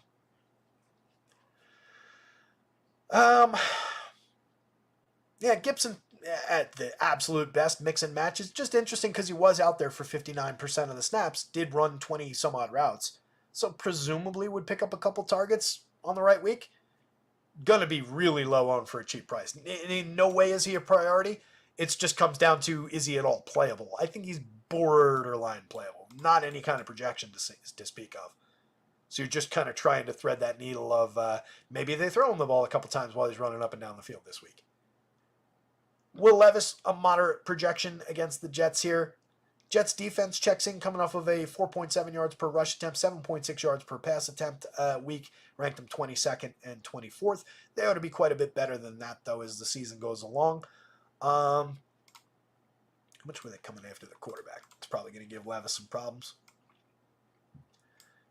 Yeah, threw a 24.2% blitz rate last week. Came up with the same number on quarterback pressures. Just came away with 3 sacks, but that's not nothing. The sack leader last week was 6 for New Orleans. Or no, I'm sorry, for Dallas. That's another potential monkey wrench and another for Derek Carr and another reason, as somebody in the chat mentioned before, to consider the Dallas defense. The 46.4% pressure rate, the 6 sacks, the 2 picks they came away with last week. Obviously a nice scoring defense. But we were talking about Will Levis and his opportunity against the Jets. So the Jets are going to come after you. Not as aggressively as all that, but a decent blitz rate and a pretty solid pressure rate could definitely give problems to Will Levis. Last week, he came away with 127 yards on 19 of 32 passing. The 32 attempts are good, but the 19 completions obviously need to go up. It was a 7-yard intended air yards per attempt, but just came away with 2.9 air yards per actual completion, 4 yards per pass attempt overall. Wasn't great. Did run the ball for four times for 36 yards. Technically gained 9 yards per rush attempt, but that's just kind of running for his life. Maybe he comes away with those kind of numbers running for his life again this week. But a little bit limited as a passer, a little bit limited, doesn't really gain anything back as a runner. Tony Pollard had a day. 16 carries for 82 yards, put one in the end zone, 2.8 yards before contact, 2.4 yards after contact per rush attempt, solid 5.1 yards per rush attempt overall. Came out and took the ball away from Tajay Spears in a conversation where coming into the week it was, this is going to be a timeshare, almost directly even up, and Spears might win the day and win the job. We saw Tony Pollard get 61% of the snaps versus 45% of the snaps for Spears, and a very stark difference in terms of how many times they carried the ball. Spears did put up 5.3 yards per attempt. He wasn't nothing. He was also targeted 4 times. That was equal to Pollard's targets. But that means we're talking about basically a 2-to-1 advantage. Pollard touched the ball 19 times, 20 potential touches, to the 8 potential touches and 8 actual touches that Spears got. So that's more than double the opportunity. Even for 2 guys that, again, going into last week, we were really looking at this as Spears might be the more talented, more explosive, and win the job in week 1. And that flat out did not happen. And with a 2-to-1 touch advantage, that pushes all of it toward Tony Pollard. If that touch advantage doesn't hold up this week, obviously it goes in the other direction, but we can only work with the numbers that we've got from a 1-week sample. I really like Tony Pollard's upside, 59.67, as I said at the beginning of the show. He's a running back that I took in a lot of drafts this year as just kind of a mid-round pick, and I love the upside. He was a guy everybody was excited about going into last year. Had a disaster of a year. Doesn't mean the talent's totally gone. Showed us a lot in week 1. Rates as RB 12.6 on DK, 13.6 on FanDuel. I'm in. Sign me up. Calvin Ridley and Tyler Boyd, a little bit hampered by the quarterback play potentially, but they're both affordable. 28th and 40th for Ridley, 33-38 on the FanDuel slate. Boyd dropping in a few spots later, but a decent 34th ranked points per dollar on DraftKings for just 4,400. Not a terrible option. He drew 5 targets last week, caught 3 of them for 18 yards. A very solid 9-yard, ADOT 19.6 yards percent of the air yard share. That was dominated by the downfield nature of Mr. Ridley. He picked up 3 of his 7 targets for 50 yards, 22.9 yard average depth of target, 69, pushing 70% of the air yard share for this team. He is the downfield threat representative in this on this lineup, in this wide receiver room. DeAndre Hopkins, kind of a disappointing, just 27% of the snaps, just 1 target. Did DeAndre go in and out of the game? I admittedly did not see much of this game. What was his deal last week? I mean, obviously with the 20-some-odd% snaps, he came in and out of the game. Able to suit up, roll the scale back, 17 of 64 snaps, 1 catch on 1 target. We know that. Limited reps in practice this week. Oh, I'm sorry, lack of limitations in practice this week. So we're probably back in business with D-Hop. I think it was a 1-week limitation, and if the restraints are off, then we should be all right. Wish I had been a little bit more aware of that going into last week. I didn't quite pick up that he was going to be as limited as he was. 54-56, though, from a more than capable receiver. Could probably gain a little bit of ground if in a projections update. Puts him in the middle of the wide receiver pool. Not an unplayable option. He's a guy who just last year, 75 catches in 17 games for this team. 1,057 yards and 7 TDs, 7.7 yards per target. It's a highly involved receiver. Was targeted 137 times. He's up there now. He's 32. Ancient. Old man in NFL years. But I think he's still got a little bit to offer us. And honestly, if he falls by the wayside a little bit, if he gets a little bit sneaky, makes him compelling, makes him interesting as a bring-back option against your Jets stacks. I think Boyd is moderately functional in that role. I think your two most functional players in that role are the two obvious guys, Pollard and Ridley. But Spears could work there. Boyd could work there. Hopkins could work there a little bit. Chigakonkwo, a little bit of upside. Only targeted twice. His full name is Chigozium, which is why he doesn't have stats over here. I think he got in the end zone, right?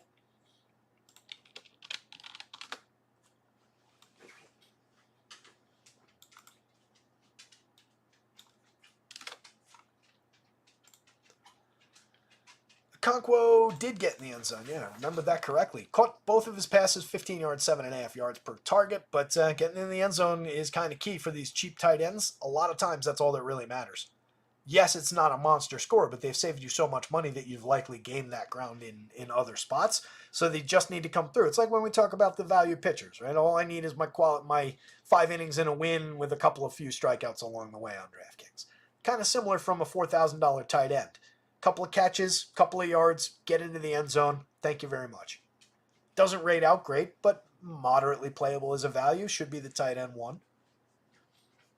Treylon Burks, interesting player, doesn't really project out all that strongly. Was targeted just twice in the offense last week, caught one of them.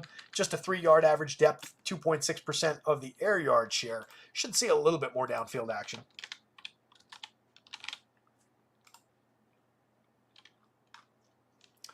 Last season, Treylon had a 16.9 yard ADOT on 500 on what is this? This is all percentages. 16.9 yard ADOT on a solid handful of targets down the field. Where's a non-percentage based board? There we go. 30 targets last year. 54 targets the year before. 8.2 yards per target that season, 444 yards on 33 catches, 1 touchdown. Played 11 games both of his first 2 seasons in the league. Has not really distinguished himself outside of showing like some skill and some downfield ability, but I do think he's got that potential to make an impact in this game. It's just, limited snap share, especially with DeAndre probably overtaking him. What did he play last week? Yeah, 69% of the snaps. This probably reverses 100% this week. It's probably 69% of the snaps, 27% of the snaps, or thereabout. Nick Vannett, just backup tight end action. Nick Westbrook-Ikini was on the field a little bit, 19% of the snaps. Josh Wiley got on the field for a little bit of the snaps. Neither one of those guys was targeted. Neither one of those guys offers much quality. Breece Hall for your most likely bonus, baby. Kind of like it. Second man up or the guy from the other team. We'll go Calvin Ridley just with his downfield ability. Catch 2 big passes and you're most of the way there. But love Breece Hall for the bonus this week on both sides. FanDuel has bonuses this year if you weren't aware. Garrett Wilson, not a bad also ran. Alan Lazard, nice upside for touchdowns. So Jet stack is definitely in play, as uncomfortable as that makes me. Oh, good. We got to the ugliest game of the week. I'm so happy. 11 o'clock, 3 hours into the show. We're making time this week. We're not going to hit the 5-hour mark. We're coming nowhere near sunrise, as people were worried about. 4 games to go. Probably hit midnight, but we're not going to hit sunrise. This one I feel like we can get through pretty quickly. Does anybody out there want to roster anything at all from this game? I don't hear anybody. I think Bo Nix is the bottom of playability, if that.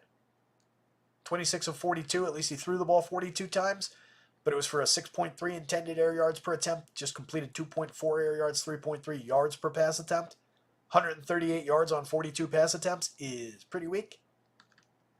Ran the ball a few times, put one in the end zone on the ground. That drew a little bit of attention and a big red zone highlight that, again, I do think made it seem like he had a better game than he did in his debut. This is a pretty thin start, considering the amount of passing attempts and the yardage that he accrued. No touchdowns, 2 interceptions. Pretty bad. You do have a volume monster in the wide receiver court. 12 targets went in Cortland Sutton's direction. He only caught 4 of them. I think that speaks more to the delivery of the ball than the quality of the receiver, of course. 13.8 yard A dot, 62% of the air yard share. The other big downfield target was Josh Reynolds, 9.1 yard A dot, 27.8% of the air yard share. Between the two, that's most of the air yards. You lose 8% because of -8 that went to Jaleel McLaughlin, 5 targets all behind the line of scrimmage, a -4.2 yard A dot. He didn't manage to get into positive, or sorry, he did by 1 yard. 1 yard gained on his 5 catches on 5 targets. McLaughlin's an interesting player, though. He's a dynamic runner with the ball in his hands. He actually out-carried Javonte Williams 10-8 last week. He outgained him 27-23. Neither guy was any good at all on the ground. 2.9 yards per attempt for Javonte, 2.7 for Jaleel McLaughlin. But you add in the passing game volume, now we're up to 15 touches, 15 potential, 15 actual touches for McLaughlin. It only got to 10 for Javonte, so we're 1.5 times the volume. Does seem to lean a little bit in McLaughlin's favor. Made a couple of big plays last season.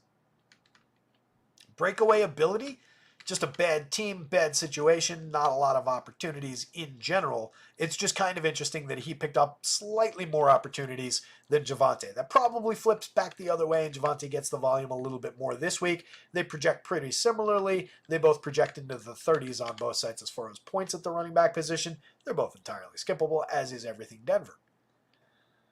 Sutton's probably the most playable piece, just given the volume. Reynolds with the downfield options doesn't rate well. Not really going to turn too many of those into big scoring events, but it was 8 targets down and largely down the field. 45 yards on 5 catches. Actually tied for the team lead in catches and was the team leader in yardage at 45 yards through the air. That's how bad this team is. Marvin Mims drew a target. I don't know whether he caught it or not. He's Marvin Mims Jr., of course.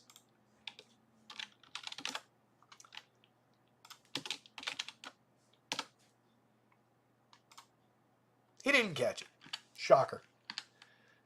3 targets went in Dulcich's direction at the tight end position. He's an entirely skippable tight end, though. There's not a ton of volume. You're going to need him to convert a few touchdowns in close in the red zone to pay off any kind of even cheap salary.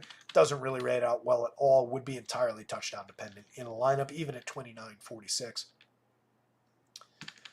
Troutman, Lil Jordan, there's really no quality downboard here to speak of. I don't think either of them. Yeah, 1 target apiece for Troutman and Lil Jordan last week. Really no upside in the sub-1 range. If it's Justin Fields for Pittsburgh, he at least gives you the rushing ability. There is always going to be some upside for that. Last week he carried the ball 14 times, gained 4.1 yards per attempt, 57 yards on the ground. Didn't score, but I mean, that is a dynamic rushing performance at the quarterback position. It all always is going to come down to what does he do on top of that as far as throwing the ball goes. Last week, 17 of 23, a good completion percentage, but a very managed game. 5.3 intended air yards per attempt is nothing. Not throwing the ball downfield. Completed just 156 yards on 17 receptions at 6.8 yards per pass attempt. Limited opportunities. It cuts into the upside of a George Pickens, who is their number 1 receiver. He had 7 targets last week. Did put up a solid 85-yard game. That's not terrible. 12.1 yards per target, 14.1 yard A dot. Monster 73% of the air yard share in game 1. He is their clear go-to option in the passing game. You got 2 targets for Najee. You got 2 targets for Jalen Warren. Most weeks, Jalen Warren will out-target Najee, while Najee sees more carries on the ground. He picked up 20 carries to the 2 carries that Jalen Warren had last week. That is a monster difference. Kind of erases any concern about an actual timeshare in the running back position. Seems like it's Najee's job as far as carrying the ball.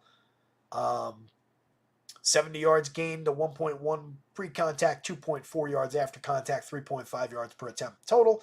He was okay. He does have breakaway ability. Jalen Warren is an explosive player. I expect he's going to be involved more than he was in week 1. But the very dramatic difference in touches is concerning for Warren's upside at the absolute best.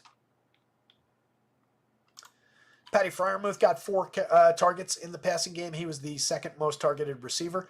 So you can see not a lot of action for a lot of these guys. He caught all 4 passes for 27 yards, just a 3-yard A dot, 8.8% of the air yard share. But that is 2nd on the team. Just 1.4 of it went to Van Jefferson. 8.15 went to Michael Pruitt on 2 targets as the backup tight end. It's not a good football team. Cordero Patterson got involved a little bit. 4 carries, 13 yards. We know there's a dynamic player in there. We've all seen him rack up big games in just a couple of touches, but wasn't truly all that involved. Wasn't truly very productive at all. Checks in with limited opportunities for 44-45. You can see where he rates even for price. Doesn't really look like a good option. Downboard from this team, Pruitt, Darnell Washington, Roman Wilson. There's no real appeal down here. Nobody was targeted. 1 target for Darnell Washington. None of the other guys were targeted. It's a limited Pittsburgh football team. It really is. I would say between the 2 teams, probably Najee is my favorite piece. Projects almost at the same level as the opposing quarterback. Better than any of their skill players. Second highest skill player projection on the Steelers, but doesn't need to rely on Justin Fields all that much to get his scoring, so I prefer him to George Pickens. Prefer him on the potential for volume over Jalen Warren. Prefer him just flat out against Justin Fields. Yeah, it's, I think it's Najee. If I'm talking 300-yard game, though, 300-yard game, please. If I'm talking a bonus for a 100-yard game, I think I might say that Courtland Sutton, just based on the monster target volume, might just be able to dink and dunk his way, even with Bo Nix, to that kind of a total. So maybe it's Sutton as your most likely bonus guy. Very limited game in all aspects, though. 2.5-point spread with Pittsburgh favored on the road, 36.5-point total. The note I mentioned at the beginning of the show, early season games in Denver tend to have a little bit of an impact as far as conditioning goes. So there's that factor weighing in heavily on top of everything. Really limited spot for offense in this one. If it's anything, it is the Pittsburgh side. Obviously, we want to target that Denver defense that was so bad. That was the team, if you don't remember last year, that those gigantic Miami games came against Denver. A couple other really big spots throughout the season came against Denver's D. Don't think they're going to be all that dramatically improved this year. It's just a bad opponent in town to ride with. So I don't really like anything from this game, and I consider it pretty skippable. Oh, jeez. It's not getting any better. Seattle, New England. At least we've got a few skill players in this game. I do think this game's a little bit deeper for skill. I don't really like either quarterback. Geno's the slightly more capable of the two, but it's close. I think you can play either guy in a pinch. Neither guy's going to give you a total meltdown game most of the time. It's just, did they actually give me any production? Right? Geno, 25 pass attempts last week is about 10 shy of where I would want. Completed 18 of them, 72%. He's a high percentage quarterback, but the yardage is limited. The touchdown passes can be limited. 171 yards, 1 touchdown, 1 pick. 6.7 intended air yards, 5 actual, 6.8 yards per attempt. On the other side, just 24 pass attempts for Jacoby Brissett. Pretty limited. 63% completion rate, 121 yards. No touchdowns, no interceptions. 6.4 yards intended, but only completed 3 air yards per attempt, 5 actual yards per attempt. Very, very limited quarterback play up and down the board. Definitely bites into the quality on the New England side as far as any of the wide receiver options go. KJ Osborne drew a team-leading 6 targets, but he only caught 3 of them for 21 yards. No touchdown, 4.7 yard ADOT, so everything's in close. The ADOT between Austin Hooper at tight end and KJ Osborne at wide receiver was a difference of 0.2 of a yard. Hunter Henry at the tight end position was outdrawing KJ Osborne by quite a bit in terms of his average depth of target. So again, this is where the percentages of air yards can get a little funky around opportunities versus actual depth. Something to keep in mind when you look at numbers. Demario Douglas, a sleeper pick throughout the offseason, through the season-long draft part of the year. Just 3 targets, just 2 catches. Pretty limited first game of the season. Is just kind of supposed to grab some volume in this passing attack, but did not do so. Really concerning option, really limited option there. Jalen Polk is cheap, but he only drew 1 target in his first game. 54% of the snaps. It is ugly. Everything outside of Ramondre Stevenson, for New England is pretty ugly. Ramondre had a game. Carried the ball 25 times for one thing. So Ramondre 25 carries. Joe Mixon 30 carries last week. Ramondre added 3 catches on 3 targets. So we're talking about 28 potential, 28 actual touches. At the running back position, most especially, I am just really looking for touches. I'm of course looking for production, but touches breed production in a lot of cases. Got the ball into the end zone, 1.8 yards before contact, 3 yards after contact, 4.8 yards per attempt. There's nothing special in the passing game, but he was involved, and he is a capable receiver who could see a few more targets in certain games this year. A lot of ability through the air for Stevenson. Antonio Gibson, I believe, is questionable again. He's just a receiving back at this point in his career. He did carry the ball 7 times for 18 yards. Did not actually draw a target in the passing game, but that's what he's supposed to do. Patriots D, not really all that appealing. 18-17 on DraftKings. They get a little bit of action as the 8th ranked by points per dollar on FanDuel for 3,400, but that's more a product of them just being cheap. 20th ranked by points. Same thing for the stack too. 22nd ranked stack, partially on Ramondre's value, or largely on Ramondre's value. 11th by points per dollar, again largely on Ramondre. 23-18 is probably more realistic for this team. They're just cheap on DraftKings. Don't fall into that trap. Mix and match options. Tyquan Thornton downboard. He drew 3 targets. Did have a solid 19-yard ADOT as their leading downfield option. 38% of the air yards. So if you foolishly choose to grab some New England, maybe throw some Tyquan Thornton in as a completely unknown downfield option for Jacoby Brissett to miss 2 times.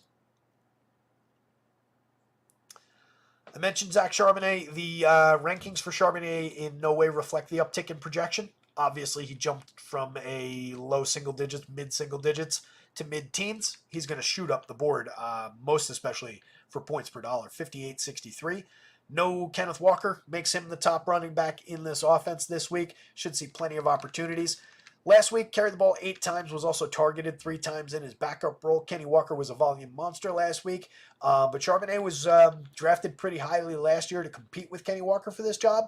Didn't go out there and win the job from him, but now that he's going to be the clear-cut number 1 option, definitely appealing for the money. Probably the best part of this stack, but I do kind of like this wide receiver core. I'm still a sucker for Metcalf and Lockett. I think Jackson Smith and Jigba is pretty good. Showed a lot down the stretch last year. Started to stretch the field a little bit more last year.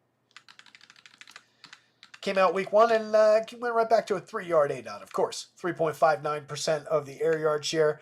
DK's got initials in his name. DK was targeted 4 times.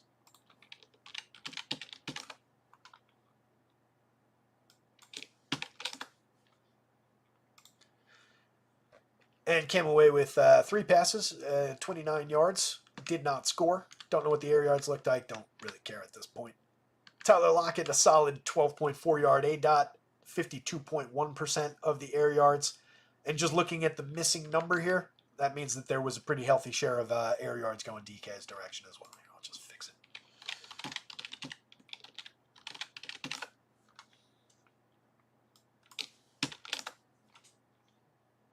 Boards from all over the place. Oops. Yeah, 31.1% of the air yards for DK. So JSN was operating again in limited capacity, just the 2 targets, and both of them came from in close. But he is a dynamic receiver, not inappropriate at 49-54, but probably your 3rd man in after Metcalf and Lockett, who led the team with 7 targets, 77 yards, 12.4-yard ADOT, 11 yards per target, but failed to get in the end zone. The receiving touchdown went to Charbonnet, which is, adds a little bit of appeal. Caught 2 of 3 passes, 29 yards, and a receiving touchdown. So again, I do think that he is the most compelling piece of this offense, but they're loosely stackable. They rank just 21-24 across sites, 22-25 by value. That might tick up a little bit if I rerun it with Charbonnet's improvement. In fact, it definitely will. When I do the stack rankings, by the way, I'm picking quarterback plus top 3 skill players for my averages. So typically it's quarterback, wide receiver 1, wide receiver 2, and then a decision point between is the running back involved enough in the passing game that I use him, or do I go to the tight end or the wide receiver 3? So it depends on the team, depends on the game environment. When I rerun this one, it'll probably be 1, 2, 3, and lock it, which cuts a point somewhat artificially out of the actual point total. And then we average down against salary, obviously, to get to the point per dollar numbers. But it's close in this team. That's just a little inside baseball about how the stack rankings come together. But this team does have options. Noah Fant at the tight end position is not incapable of delivering a game. He drew 4 targets, just 11 yards on 2 catches. Solid, 10.7% of the air yards, just 4.5 average depth of target. Jake Bobo, who I mentioned as a potential option as a 4th wide receiver, was untargeted, did not have a week, unfortunately. Not that we were saying rush out and put all the Jake Bobo you can into your lineups, but it was supposed to be a little bit clear that he'd see a couple looks. Did play 30% of the snaps, but went untargeted. Laviska Shenault got out there for just 10% of the snaps. A.J. Barner was out there for at the tight end position for a handful of snaps, about half of them, but went untargeted. Laviska just got 1 look, didn't come away with it. Everybody downboard again. As we get to these bottom halves of teams, I could just say, and don't play anybody down here for every one of these teams if I wanted to. Seattle, much more playable than New England. Ramondre, though, maybe the best individual from this game, period. Ramondre on his own, and then Seattle stacks would be if I had to rank this. As far as the best 100-yard potential, I'll also give that to Ramondre. Best bonus potential goes to Ramondre. He's the highest ranked anything in this game.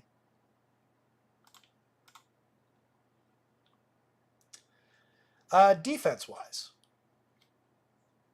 Seattle played really well last week. If they come out and do this, that's a problem for New England.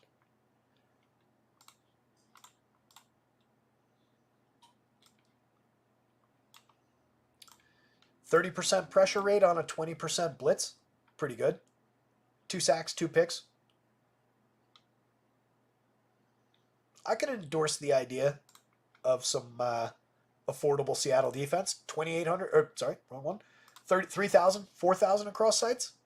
17, 22, 19, 24. Against a bad Patriots team. It could be a little bit better than that. Again, the defenses rank out fairly close. This is not a great projection, though. That could be a little bit higher. I'm going to put them on the list, too.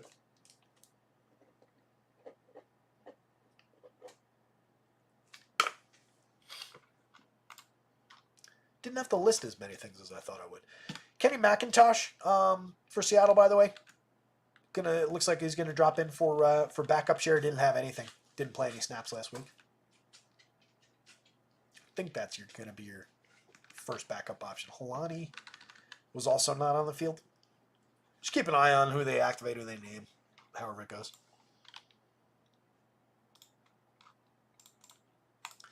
Two games to go. Back to some quality here. San Fran, Minnesota. Should be a bit of a shootout. San Fran favored by 5 on the road. 46-point total there. Probably a little bit of a reflection of their ability to, one, grind opposing teams into dust just with all their skill players, their pretty good defense, their ability to just completely limit opposing teams, and to chew up some clock with a pretty solid running game and a very good short passing game that completes passes and then runs with the clock still running. So this team can chew up a lot of clock in a hurry and score a lot of points. Love the San Francisco side, even with no McCaffrey. You go right back to Jordan Mason this week, 52-55 across sites. Going to be crazy popular. He rates his RB2 for points, RB1 for points per dollar on both sites. Tremendous, tremendous opportunity. If you missed it, Mason is coming off of a week in which he ran the ball 28 times as the backup. Put the ball in the end zone once on the ground. 147 yards means 5.3 yards per rush attempt. He also caught 1 pass for 5 yards, not really involved in the passing game, but a dominant performance on the field. And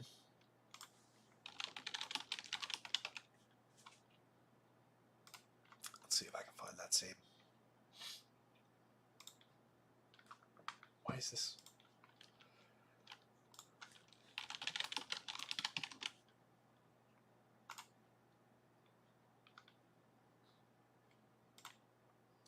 one? No.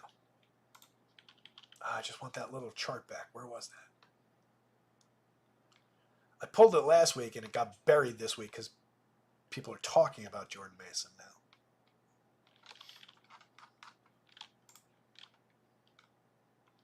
Here it is. This was from a PFF article in the preseason. And I read this the other day when we found out that he was going to be starting, and hopefully people got him into the lineup with a lot of high faith. From 2022 to 2023, among 77 NFL running backs with at least 85 rushing attempts, Mason's 91.8 PFF rushing grade ranked third overall. Third again out of 77 running backs who had at least 85 attempts from 2022 to 2023. He was his 85 attempts exactly ranked 77th on that list. He was dead last in attempts, number 3 by rushing grade. He missed 18 tackles, which tied for 64th, but again, volume impacted that. Yards after contact per attempt, 3.7, ranked second on that list. Yards, pure yards per rush attempt, 5.6, ranked second on that list. Came out and did both of those things, the yards after contact this past week. What was that, 2.4 after contact? So a little bit down, but still very productive. And 5.3 yards per rush attempt. Again, a little bit down from 3.7 and 5.6, but very, very productive and reflective of the talent level. 12.9% explosive run play rate, was 15th, again, out of those 77 running backs, of whom he was the lowest volume guy. Jordan Mason is legit. He is legitimately good. He is the backup. It's not like he's going to take this job away from McCaff. They can't wait to get Christian McCaffrey back. But while he's gone, this guy can fill his shoes pretty admirably. Not going to be involved at all in the passing game, but they've got Debo for that. They've got Ayuk, they've got Kittle, they've got Jawan Jennings, they've got options coming out their ears for that. Debo can do a lot of what Christian McCaffrey does, both in the passing game and as a runner. Debo, 9 targets, and he's a senior. Of course he is.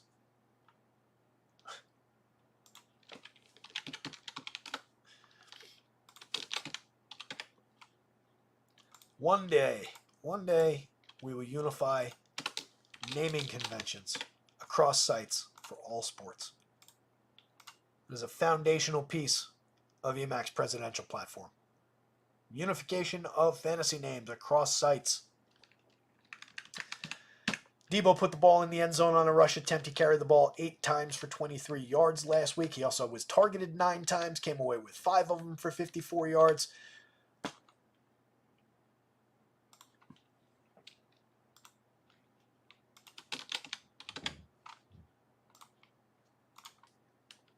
.6% of the air yard share in the passing game, and a not insignificant number of touches on the ground. The Niners ran the ball, 36 times and 1 for the quarterback? Pretty aggressive ground game for San Francisco, but they can sling the ball a little bit. Purdy came away with 29 pass attempts, a little short of where I would want. Again, I want like 32, 35, somewhere in that territory. But he was effective enough. 231 yards. You'd like to see, obviously, some touchdown passes. But a 9.1 intended air yards per attempt, 8 yards per pass attempt completed. Not an empty performance out of Brock Purdy. We had 5 targets for Brandon Ayuk, who can spike big games anytime he wants to, basically. It's one of their better downfield weapons, 11.8 yard ADOT, 23.4% of the air yard share. And again, there are weeks where he'll see 9 or 10 targets and put 2 balls in the end zone. So Brandon Ayuk remains a very high-end receiver. George Kittle at tight end position drew 5 targets, caught 4 of them, 40 yards, 10.5% of the air yards. Another 21% of the air yards, 10.8 yard ADOT went to 5 targets that went Jawan Jennings' direction. He came away with all 5 of them for 64 yards, 12.8 yards per target. Very effective option that probably goes a little bit underappreciated in this offense. 54th ranked by points, 47th by points per dollar, 52nd, 42nd on the FanDuel slate. But that doesn't make you an irrelevant player. In the grand scheme of things, if you were building a lineup entirely constructed of one-off wide receivers with no love for correlation, does that receiver make it into your first lineup or even your 10th lineup? Maybe not.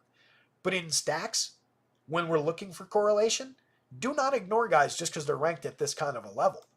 Because Juwan Jennings has obvious involvement in this passing game. He's got obvious skills. They're going to look his direction 3 to 5 times. It's more limited. There's very few days where Juwan Jennings is going to go out there and draw 10 targets like Brandon Ayuk might. But for a guy who's this offset by price and has a decent amount of skills, this does not take him out of play within San Francisco stacks. As a dart throw of an individual receiver, you could put him into lineups. It wouldn't be a mistake. You would definitely need him to get in the end zone for you. But it wouldn't be a complete mistake. Within stacks, he is easily playable. Garendo is another guy we talked about, potential backup share, and did not get involved whatsoever. Did play 4% of the snaps, but didn't carry the ball. Chris Conley was out there for 40% of the snaps, but was untargeted in the offense. Don't really see any upside for Conley. Same thing with Saubert. Patty Taylor was... did he get involved?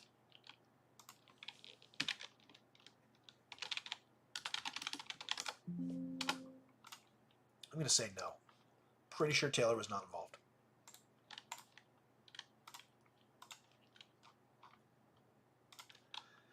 Depth chart. Green Bay.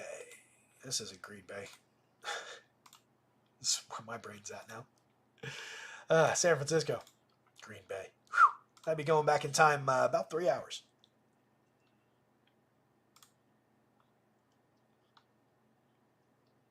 Yeah, Taylor's only snap came on special teams.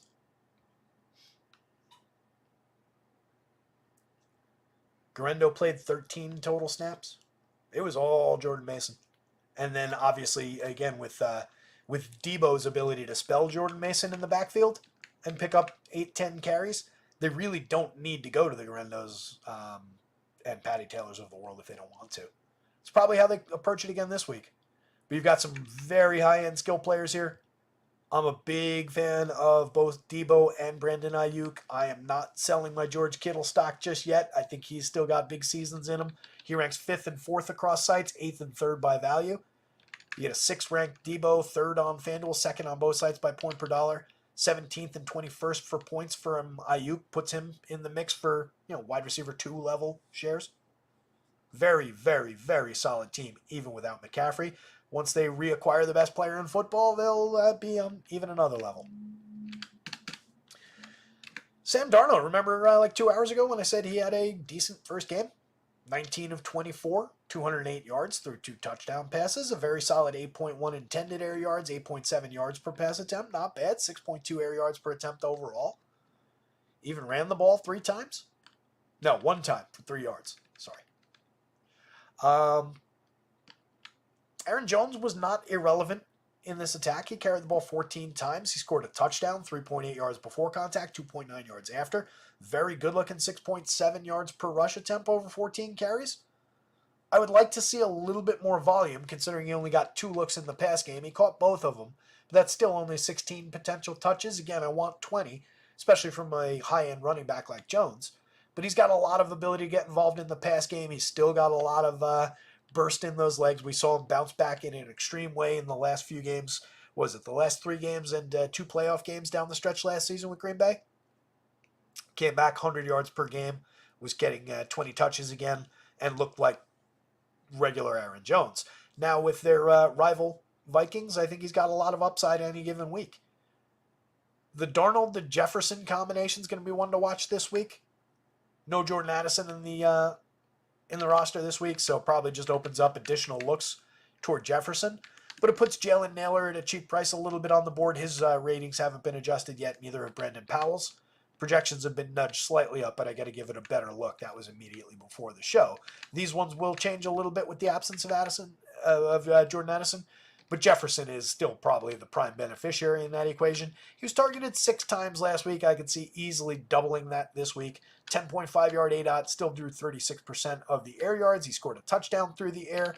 A touchdown also went to Jalen Nailor. It was his only target. He caught it for 21 yards. Not bad. Nice deep target, 21-yard ADOT because it was one target, 1 catch. Got it into the end zone. That's all we really need at 3,953 on the FanDuel slate. Puts him a little bit off kilter value-wise. But again, is probably the functional number 2 in this offense this week. He's not completely terrible. He's not off the board by any means. Johnny Mund gave us 3 targets, 15 yards, 7.5% of the air yards. Kind of an afterthought at the tight end position. Maybe a little safety valve action for a mediocre quarterback like Sam Darnold. Maybe it provides him a couple of looks in the red zone, but pretty limited. Powell was untargeted last week, 55% of the snaps, though. Another guy probably just out there running wind sprints.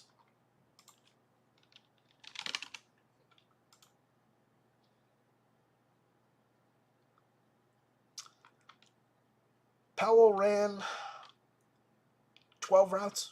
Not even that aggressive. Yeah, just 12 routes on his 29 snaps with the offense. So out there blocking a lot. Handful of sprints up and down the field, but again, untargeted. Will draw more attention this week because he's going to be the functional number 3. Tristan Jackson and Trent Sherfield were both on the field. No, Sherfield was on the field a little bit. Tristan Jackson did not make it out on the field last week. Sherfield was targeted once. Guess we got to discuss these options a little.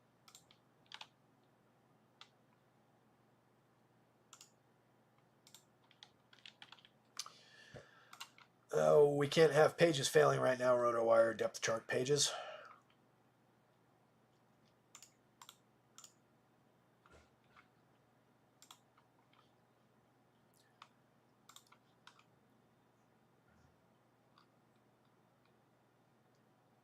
Sherfield was out there for 16 snaps with the offense, 7 on special teams. He ran 3 routes, went untargeted. And then Trish Jackson, second-year player, undrafted, I want to say, out of Syracuse.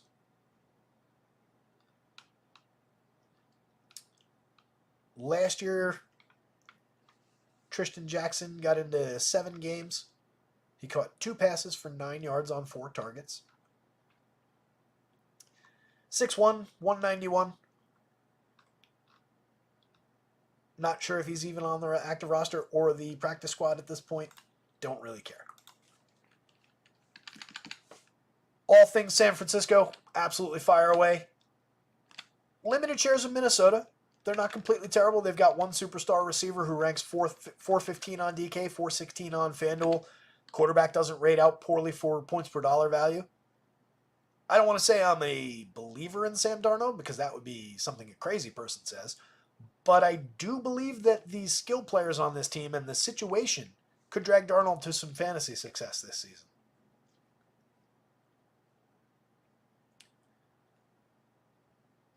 Most likely bonus guy.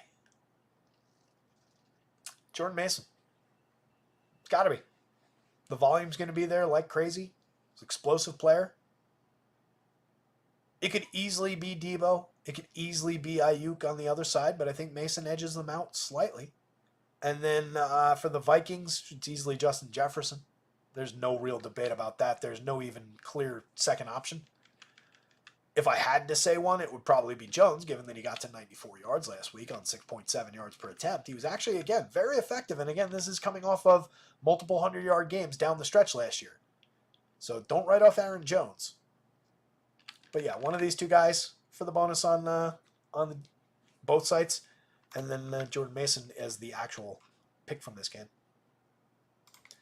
Last game up, guys. We did it. Detroit, Tampa Bay. Decent one to talk about at the end of the slate. 51-point total for one thing. 7-point spread in Detroit's favor at home, but I can see Tampa Bay hanging. You can see the dip in projection week over week. Baker was projected into the 20s last week. He dips down. It's just 17-ish this week. It's a much better defense on the other side. We got to give Detroit that. Baker's good. I think he does have a good year. I think he holds up basically throughout, especially if Evans and Godwin are both healthy. And he continues to get some production out of one of the two running backs. I can see Baker holding up. I can even see him surprising in week 2 here. I don't think he's a bad option. He rates 12-14 across sites by points, 15-17. Again, on a slate with 28 options, that's halfway down the list. That's not terrible. It doesn't take you out of contention. He's got premium receiving options. I love Mike Evans. I referred to it earlier, but Mike Evans has never played a season in the NFL without it gaining 1,000 yards through the air. It's off to an okay start. 61 yards last week on 5 catches, 6 targets. 61 yards a week will get you to 1,000 yards. My math is correct. 10.7 yard ADOT, 45.7% of the air yard share. Put 2 balls in the end zone in week 1. Evans is not only a yardage and volume monster, he's a very, very good touchdown scorer. Godwin also got into the end zone. That was a very good little 3-man with Baker and those 2 receivers together. Godwin drew 8 targets, 83 yards. Was working more underneath, 4.4 yards ADOT, but 25% of the air yard share in the aggregate. Interesting split between the running backs. Rachaad White carried the ball 15 times, gained 31 yards, just 2.1 yards per attempt. Remember, going into this game, I was talking about his volume in the passing game being the supporting factor for Rachaad White's ongoing quality. He did see the volume. He did rack up some yardage in the passing game, so it saved his life yet again. 6 targets, he caught all 6 of them for 75 yards. That was on a negative 5.2 yard ADOT. He drew negative 22% of the air yards. It's hilarious how this works for running backs. You're catching the ball, again, the way that works out. Turn, behind the line of scrimmage, throw the ball, catch the ball behind the line of scrimmage. That's negative average depth of target. You do that multiple times, starts to add up. But catches it, runs with it, gains yards, was obviously a positive contributor there. So it did amount ultimately to a 100-yard performance, and he did see 21 touches. This is my concern. The actual ability to run the football is my ongoing concern with Rachaad White. And he might get gobbled up really, really quickly by Bucky Irving, who was another player that I was talking about last week as a guy that I liked all through sleeper season. He's on most of my teams. 6.9 yards per attempt in his first game, 9 carries for 62 yards, 5.7 before contact, 1.2 after contact per carry. Was also targeted 3 times because he is a good receiver out of the backfield. This kid could steal Rachaad White's job as soon as this week and be the number 1 in this backfield. Probably won't happen because I do think they like White and his receiving ability out of the backfield. But at least on touches, at least on carries, the actual running portion of the running back game could swing in Bucky's favor sooner than expected. Kid's good. 4,900, 5,300. He rates RB 31, 33, 31, 34, 33 across sites. Rachaad White plays quite a bit better. 16, 14 on DK, 17, 22 on DraftKings. Other way around. I think I said DraftKings for both, actually. DK and DraftKings. 16, 14 on DraftKings, 17, 22 on FanDuel for White. If I'm going to the Bucs, especially with the question marks around the actual running of the football, I would probably lean White just because of the heavy for sure involvement in the passing game. That puts him into stacks for me. So Mayfield plus Evans and White, Mayfield plus Evans and Godwin, Mayfield plus White and Godwin. Any way you want to play that, I think you're fine with those 3 players. But Bucky does work his way into a few shares there. Cade Otton as a cheap tight end option is moderately playable. He only drew 2 targets last week. Every now and then he'll pick up a look in the red zone. Jalen McMillan was kind of interesting. Very solid 18-yard ADOT. 1 touchdown on the week on just 3 targets. Put the ball in the end zone. That's all I really need from such a cheap receiver. And if you're going to fill that downfield role for this team now, or at least do it alongside, the 2 stud options, that's not a bad way to start your career out or start your season out. Solid projection for a value play. 62, but 45th by value. 68.71 on the FanDuel slate for 5,200. 3,600 on DraftKings is where you probably want him. Trey Palmer, just mix and match quality. I don't know what he got. 31% of the snaps last week. Drew 2 targets. And that's the difference. 83% of the snaps from McMillan. Just 31% for Palmer. So you can see the clear preference there. Nobody downboard is all that worth talking about. Tucker O'Keefe, there's really nothing to focus on down there. 27% of the snaps went in Payne Durham's direction as the second tight end. No targets whatsoever. Otton's the guy you want at the tight end position if you're taking a tight end from Tampa Bay. And then our last team up, ladies and gents. Pretty highly ranked. First overall on DraftKings stack for the Detroit Lions. 3rd overall stack on FanDuel. 4th by value on DraftKings. 5th by value on FanDuel. Favored in a 51-point game that leads the entire slate for points, I think. Detroit looks good. They've got a ton of skills. They're a contender this year. We talked at the very, very beginning of the show about the split between Jahmyr Gibbs and David Montgomery, who both look pretty terrific in week 1. especially Montgomery, the slightly aging back. A lot of burst, carried the ball 17 times, including a lot of touches down the stretch. 5.4 yards per rush attempt to the 3.6 that Gibbs put up on his 11 carries. He gained 40 yards. He also scored a touchdown on the ground. Gibbs caught 6 passes to the 1 catch that Montgomery had, caught 4 of 6 to the 1 target, 1 catch that Montgomery had. Neither of them got in the end zone. Neither of them were overly distinguished in the receiving game. Gibbs did come away with 34 receiving yards, 5.7 per target. Got out there and ran with it a little bit once it got in his hands. So he's dynamic. He's definitely in play from the running back position with a minor edge, I still think. Again, it was 51-49 in terms of the snaps. There isn't a more clear, just 2 high-end running backs in pretty much a direct timeshare with well-established. You catch a few more passes, you run a few more plays. The roles are what they are. The prices are what they are. Both guys are playable. The one thing I probably stop short on with these 2 backs is piling them both into a lineup. I know we proved that case last year that can be done, but that was done with 2 of the pure most fastest players in football, with Devon Achane and Raheem Mostert, who both created monster breakaway plays in those games. I'm not saying these guys can't do that. I really feel challenged by the idea of getting 2 running backs from the Detroit Lions on a team where they're going to be also throwing the ball. Just seems a little bit artificially limiting. They threw the ball 28 times last week. Goff completed 18% of his passes. Falling apart late. Goff completed 18 passes. Hey, this is the stamina thing late in games that I talked about. We gotta power through here. We're not at altitude. We're damn near sea level. 18 passes completed for 64%. Threw 1 touchdown, 1 interception. It was kind of an underwhelming game for the entire passing attack for the Lions the other day. Amon-Ra came away with 6 targets, but only caught 3 of them for 13 yards in one of the worst games that he's put up in recent memory. 4.5 yard ADOT, 14.4% of the air yard share. We had a monster day for Jamison Williams, who comes into this one questionable. He caught 5 of 9 passes for 121 yards, a team-leading 14.1 yard ADOT, a monster nearly 70% of the air yards, 1 touchdown on the board. He was the go-to guy. He's a very good talent who has missed a ton of games early in his career, but there's still a lot of ability there. If he's on the field at 53, 57, I have to consider him full go as far as, if the Lions let him go out there, unless they announce a pitch count, unless they say he's going to be out there, but he's only going to see like 20 plays, then you're just looking at him as a dart throw, I picked off the correct week in which he played only 15 snaps, but came away with a big touchdown pass or whatever, a touchdown catch or whatever. In a full situation, which is how he's projected right now, rates 20-10 on DraftKings, 24-8 on FanDuel. He is still too cheap for the talent, for the ability, and for the amount of times that I think they're going to be looking his direction in a high-end offense. Samuel Laporta, killer tight end option. Ranks as tight end 1-7 on both sites. Easily worth rostering. 79% of the snaps last week. He drew 5 targets, put up 45 yards, a 16.04% of the air yard share, 6 yard ADOT.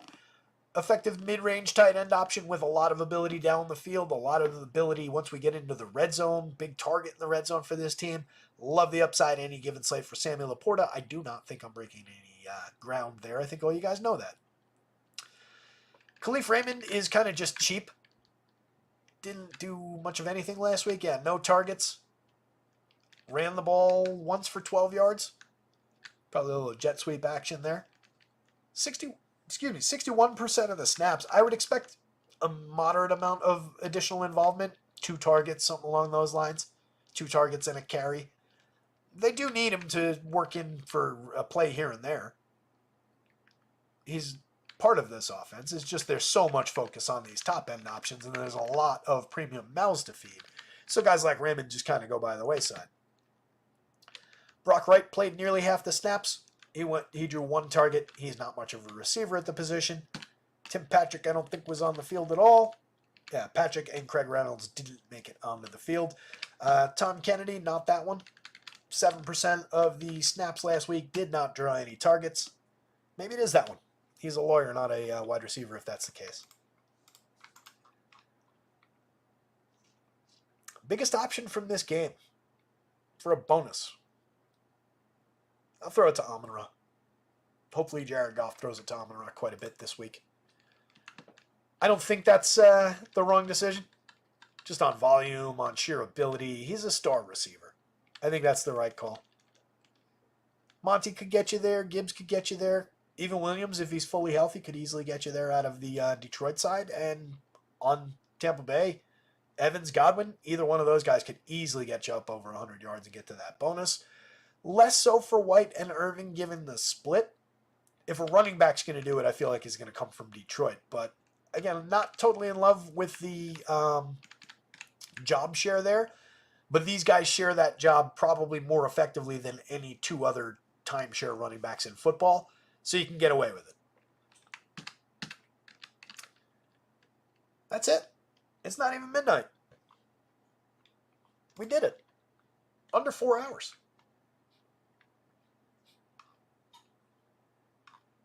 Levin saying, too bad Denver got Auburn Knicks instead of Oregon Knicks. Knicks had 5 interceptions dropped last week. Stephen Leibowitz, yeah, you can make a case for a weak case for Naked Fields. I don't disagree with that. The guy has indisputable rushing ability. That's all you really need to get to the solo quarterback play.